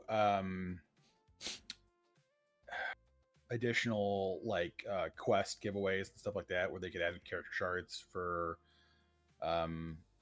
into like a monthly event where they can get them as a way to kind of catch up on those kind of mechanics, or they could actually add them into permanent placeholder materials for the store. They Well, I do mean, have them in the I think guild they're already store. available for Mark III. At They're least available Cam for Mark is. well, no, Watt. I'm staring at one for Watt right now, but the cost is way too high It's way too high. Yeah. for what they're worth, and then B, they're not permanent. And so I think they should downgrade it to like a get to currency, and then always have like 10 shards for 1500 Like a get to. static purchase in It the should be store. it should be permanently, well, because like the malevolence and the negotiator are always permanently Yeah. available. Yeah. They're Well, always since there. day one, they were there. Yeah. Yeah, so just do the same thing. Just make it cheaper. There's no reason for it to be a premium anymore. It's so outlandishly expensive for everything else that you need to invest into. So just put it in there, increase the shard amount, and then just let them get there as they get there. They did the exact same thing with Wampa and Hermit Yoda and Rolo and all these other characters that require get currency. Just they're permanently available there. They have a static amount of get one cost to them, except for Rolo, who's got get two for some ungodly reason. And just let them pick them up when they have time. Like it's you don't really need get one currency for a lot of things for a lot of accounts. So, and I Yeah. know that's not universally true, but it is the easiest one to divert to something else. Is more what I'm trying to say. So Yep. that's where I would go out with it. Is just get it in the store at a cheaper amount. I don't really want to make reliving those nightmares of the cam and I mean the geo mission is much easier, but the re-implementation of it might be more challenging than the initial. I'm not suggesting they change anything. I just think they just add the shards to those missions. But Sure. Okay, so next up we got Mikey Mike. He says, wondering if you have any mod recommendations for the Stranger. I can't remember his kit. I can't remember. Speed, health. He wants to be decently quick, but he has the base speed of Darth Revan, so he is very hard to get very fast. Doesn't he also gain a fuckload of speed though through his On unique? his basic, he gets 100 speed off his basic, and you'll gain 35 speed from Starkiller by default, 70 in GAC. So he will be very quick by default. Yeah. I want to say that like around 330 speed, so that he's pushing well over pushing into 400 as a base will kind of get you up and going. The entire kit reads like they want to get punched in the face, and they really don't want to be worrying about like saving somebody from getting punched in the face, which is kind of why they kind of want Barriss to be the Jedi. I don't think she's universally the best character there, but she will be decent because of the amount of health those characters are going to have. But what I'm looking at right now is building him to be incredibly bulky, and then letting his instant defeats deal with the I mean, he's got 3 different instant defeats. That's half a team. Well, a full team. And then you've got Starkiller, who's gonna just be juiced out of his fucking tits. And who the fuck knows what Maul does on top of that? So well, exactly. And Maul's got a fracture. We know that part. So it's like, well, that's gonna lock down a tank minimum. So it's like, okay, so I'm not super worried about the Stranger himself being the damage dealer. I feel like, yes, he's an attacker. Yes, he's got some stuff, but he's got pretty low physical offense for being an attacker. I think he's got the same amount of physical offense as Rose Tico at Relic 9. Setting the bar high there.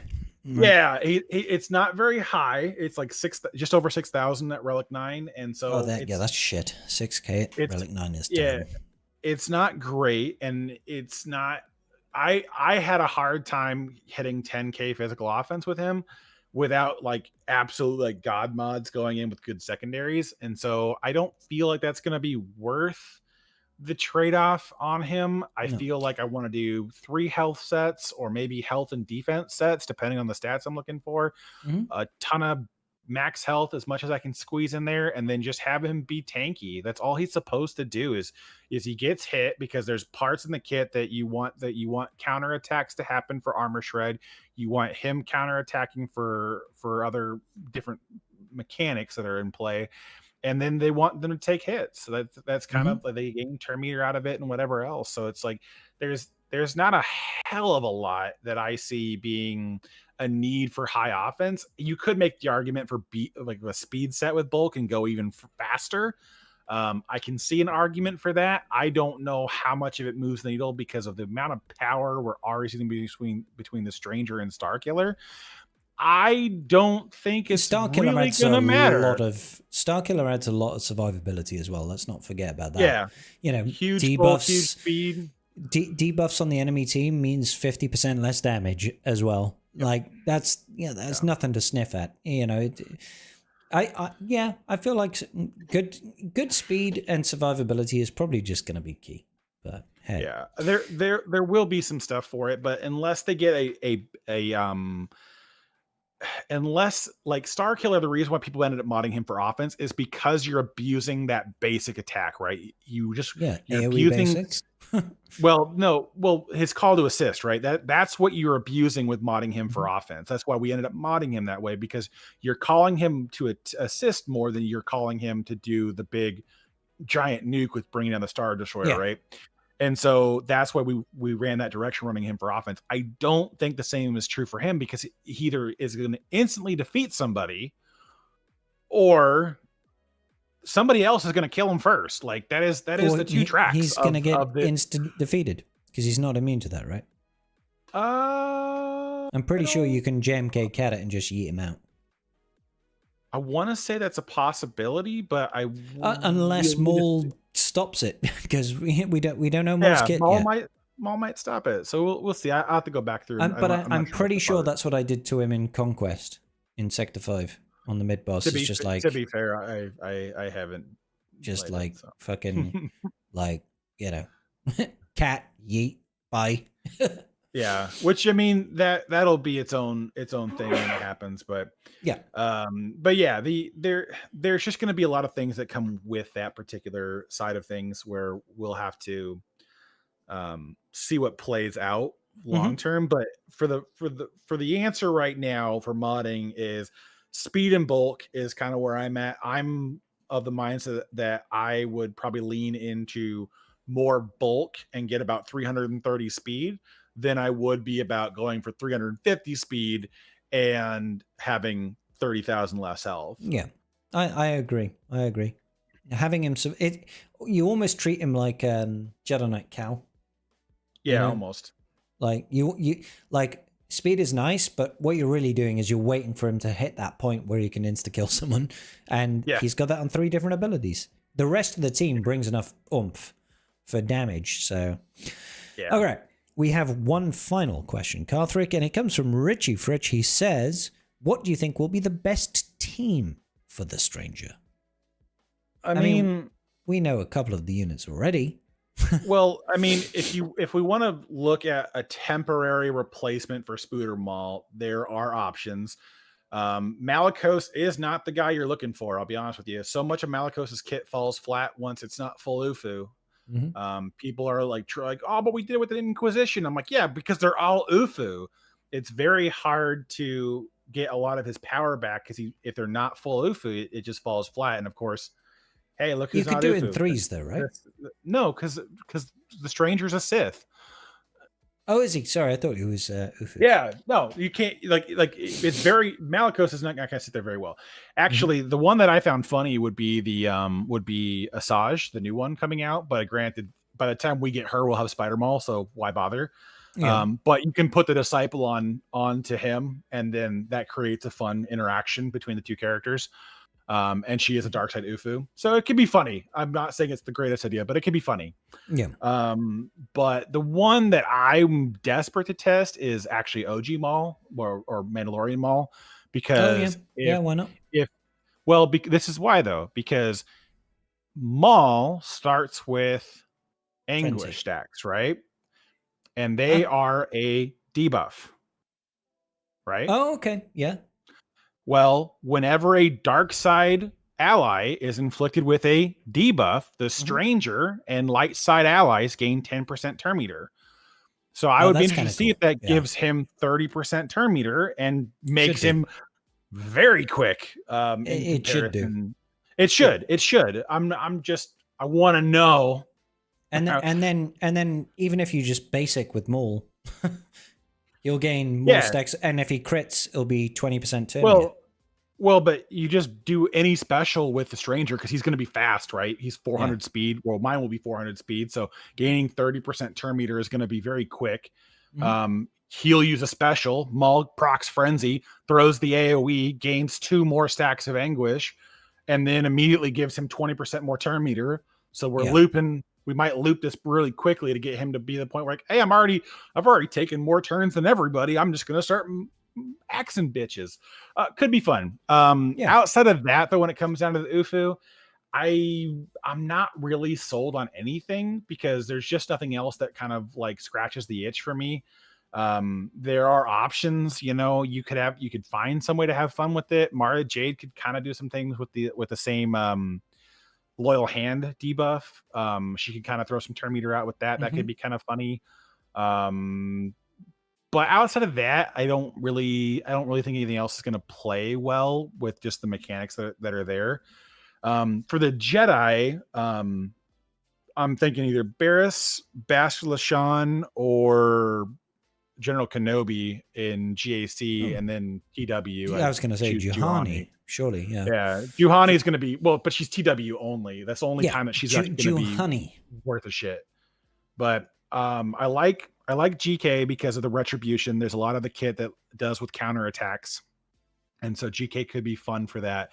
But depending who you're fighting, that might be a hard retribution to proc because there might be just too many debuffs out, and you can only get it if you're not debuffed. Or debuffed is the proper way to say that. Debuffed, I think, debuffed is how they said it in the old language, in the old language. Yeah. But the outside of that, I like Bastila Shan because once she takes her first turn, she'll give everybody, regardless of tag, legendary battle meditation, which gives them 35% counter chance. That's actually quite neat. So it could be kind of funny to see if that works out, because you could have basically light side Bastila be getting her dark side transformation under the stranger. It would be funny. The other one, and she fits the apprentices theme as well. Yeah, right? Yeah, she fits it pretty well. But the other one that's funny to me, well, not funny, but just the obvious shout out was Barriss, because Barriss allows them to just face tank everything.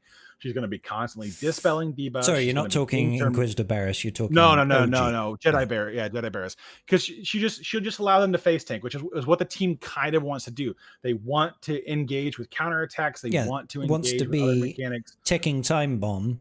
Yeah, so they want to be attacking. You can't let the stranger take turns and build up. And so you kind of want them to be able to hit everybody because they will generate other things into it. So I don't know in GAC if a tank is going to be worth your time. It might be in TW because, Juhani is going to be, her Omicron makes it fantastic anyway. So Omicron will make that irritating as fuck. So. Well, the Omicron calls the assist out of time. So the attacking out of turn is going to proc no matter what, versus needing it to be counter attacks. Because in GAC, Starkiller does have counter chance, but it's not really good until he hits Unleashed. And then unlike Palpatine, there's not a great way to get the stranger to keep coming back and taking turns. Other reason why I like Bastila, and I would like her more on like player controlled, not defensive, because on Bastila you can call the stranger to assist with the first special, and that'll give him a ton of buffs. And so him having speed up is already nightmarish. Offense up, crit chance up, speed up, something else. I can't remember. Bastila, where you at, girl?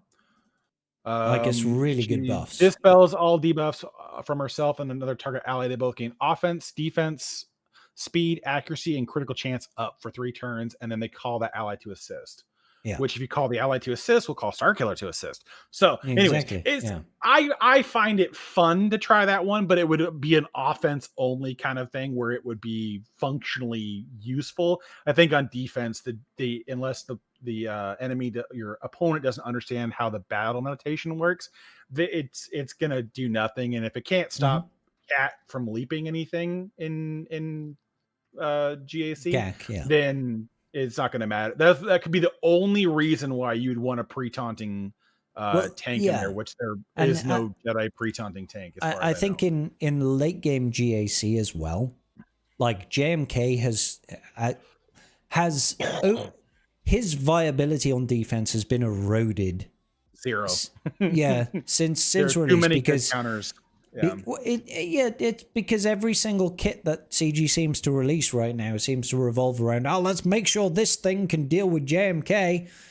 So it's like JMK no longer really has much viability on defense. He had a slight spotlight when Ezra and the Hermit Yodacron was around, and that was a nightmare team. But that's right now there's not a whole lot of reason to put JMK on defense. So leaving an opening for an insta-kill on the Stranger is probably kind of like the one chink in the armor sort of thing. And that's not necessarily a bad thing. It's like, if he's vulnerable, like CG it's not in CG's interest to release a kit or a team that just can't be beaten on defense. You know, so they're well, and to be honest though, it is a very nice tip of the hat for CG to release this very powerful team and basically go, hey, you know that GL that's basically useless besides like, countering, either overkilling a counter or beating Jabba sometimes. Now is going to be like the key to winning against that team on defense very quickly. Which I'm okay with. That was what happened when Ahsoka dropped and Leia just ran right over her freaking nutsack, right?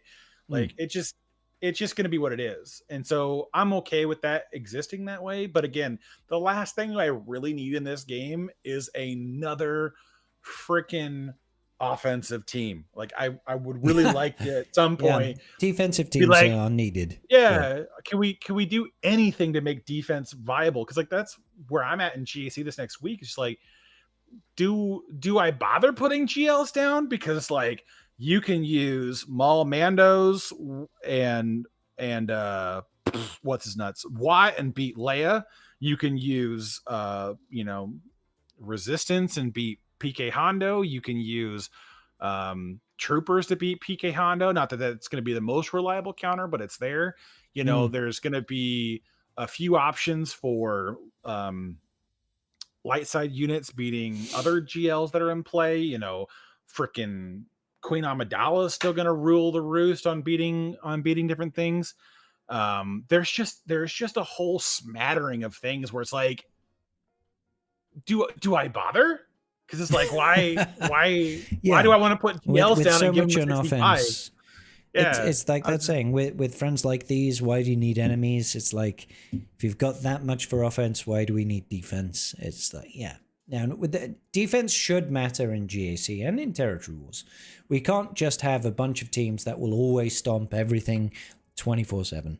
We need to have something that is a problem on defense, and that doesn't mean necessarily we need teams that are unbeatable. We just need teams that have got very limited counters to make GAC interesting.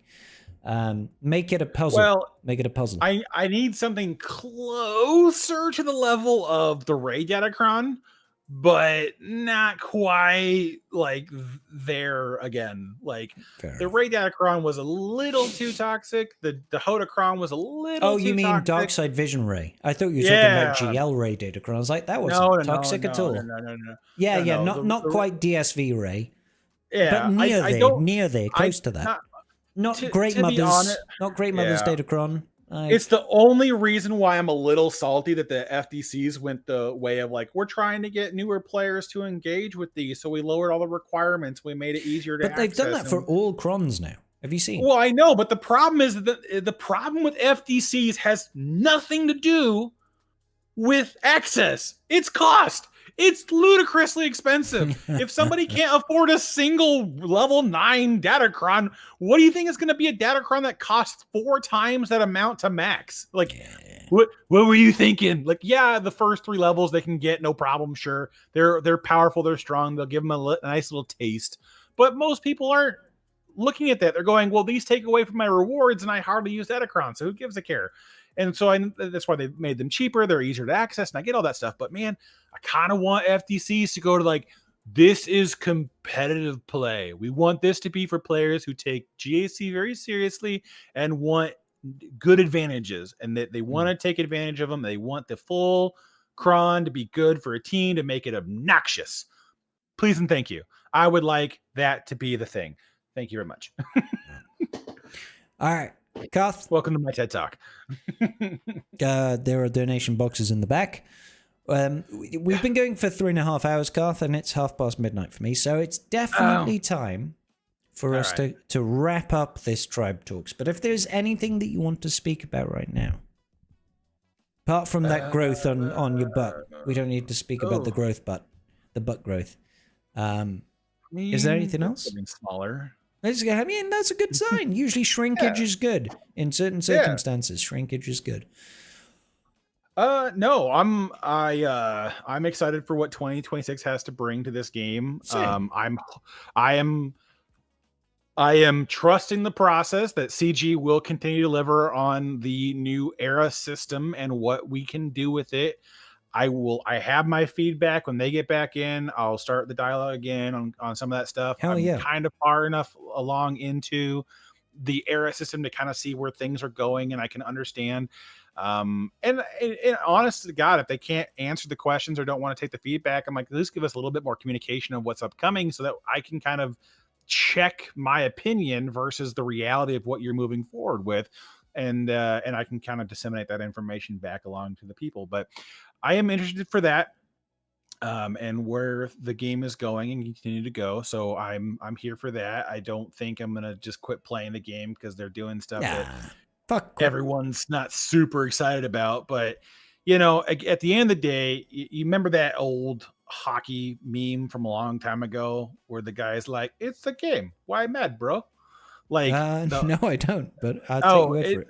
It's just a super old thing, but like that's how I take a lot of this. Like, people get very passionate about this game, and I applaud them for that. And I'm a part of that group. I'm very passionate about it, but I don't like getting in the mindset of you know, thinking that CG is always out to get me like the boogeyman. And so I just it's very much easier for me to take things in stride and be more at peace with what happens than, you know, raising the pitchforks. I know sometimes it needs to be done, but sometimes you got to raise the pitchforks. Yeah. Every once in a while, though, I just like to encourage the community to go, hey, at the end of the day, just because you vilify a company's name, please keep in mind that those are actual real people on the other side of that comment section.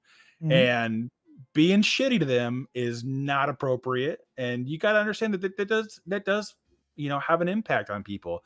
It's very hard to be engaging in a part of this community when you are just filled with vitriol. And so I think for a large portion of it is for 2026, people need to keep in mind that we are human, we make mistakes, and we try to do better. Not me though, Cuff. I'm perfect. Yeah, you don't make mistakes. But I mean, never. Again, it's just one of those things that I think people need to be a lot more conscious of, because if this wasn't something that you would be saying to somebody's face or whatever else, then you need to dial it in a little bit. You know, I've always been a proponent of constructive criticism. I know people have their gripes with the game. I know there's their problems, but you know, I cannot for the life of me get to the level of just being so mad at somebody for something that they're not in control of. You know, like when the Datacron stuff came up and, you know, everyone was up in arms and, you know, tagging Meathead, and it's like, he's on vacation, guys.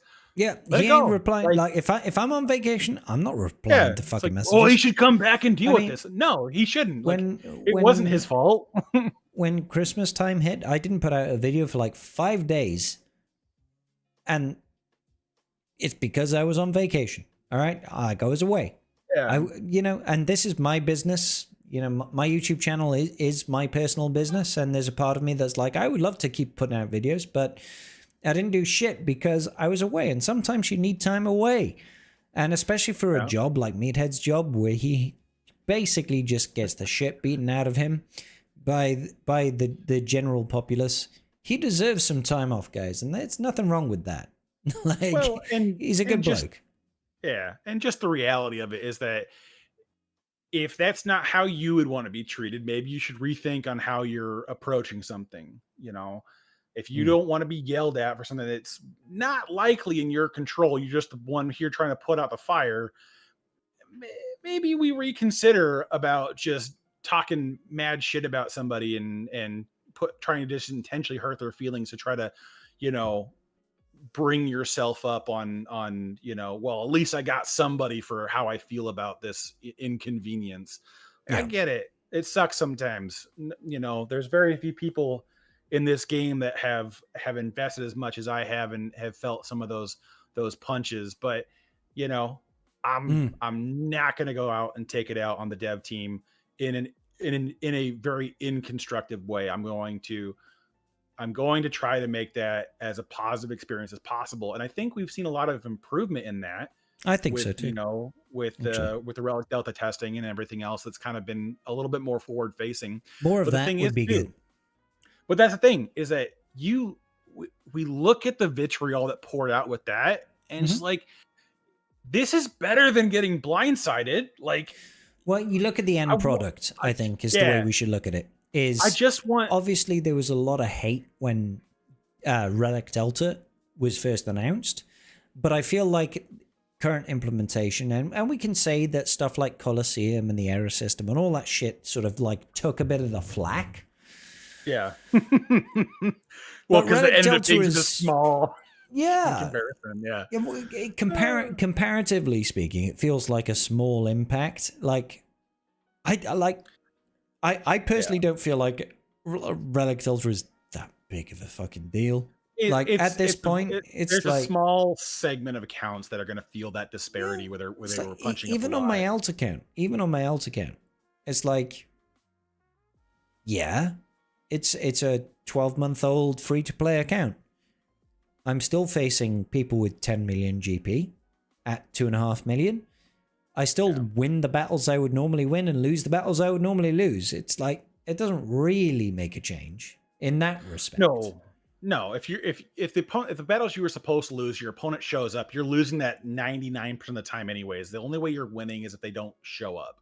Yeah. It's like, it's very rare that you're going to have an even fight where the only thing that screwed you was because they have a Relic 9 team in the front walls and you couldn't clear it because the best you had was Relic 5, right? Like those are very few in between matches. But the part that I get at with a lot of this stuff is just that if we want to continue to see the lines of communication open and be more forward facing, we need to be constructive. We can't be very hostile. We have to be constructive with our criticism. We have to be, you just can't be name calling and putting people down because, you don't agree with it, which I feel like that's such a kindergarten level talk we have to have. But at the same time, it's like, it just pains me to see people have to deal with that. And all we get is a worse response out of the entire thing. And, it's like, we can't have transparency and clear lines of communication if we've basically forced them back into their castle. And then all we do is protest out in front of it and be like, well, you guys don't do anything we like. Like, the only thing you like is free shit. Like, what do you want from us? Oh, man. We have so many things to do. Anyway, if it was your own job, you wouldn't want to go out to the screaming masses. But yes, absolutely. So Karth, this is you and I signing off on Tribe Talks for the very last time ever in 2025. Because we'll probably be back in a week's time for 2026. You will be. Well, fuck you then, Karth. He's already bailing. It's not even the new year. I am with family next weekend, and the next weekend after that, I may or may not be back in time. It depends on how things go for traveling. Jesus But Christ. I'll be like keep you 2 states guys over. updated on my Discord. Maybe I will find someone to replace this motherfucker over here. Turns Sure up, doesn't drink on a New Year's stream, and then says he's not turning up for 2 weeks. It's fine. We still love him. Anything you want to say to our adoring, 300 people that will watch this? Break bank accounts, not hearts. Break credit cards, not hearts. Let's go, motherfucker. Oh, man. That's awesome. That's awesome. Thank you, Tribe. We love you. We hope you have a very, very lovely New Year's. And I'll be doing a Tribe Talks next week, with or without Card. It's fine. I'll figure it out. I just need to be organized and adult about shit. That's okay. I hope you all have a wonderful New Year. And we'll see you all very, very soon. Good night, everybody. Peace.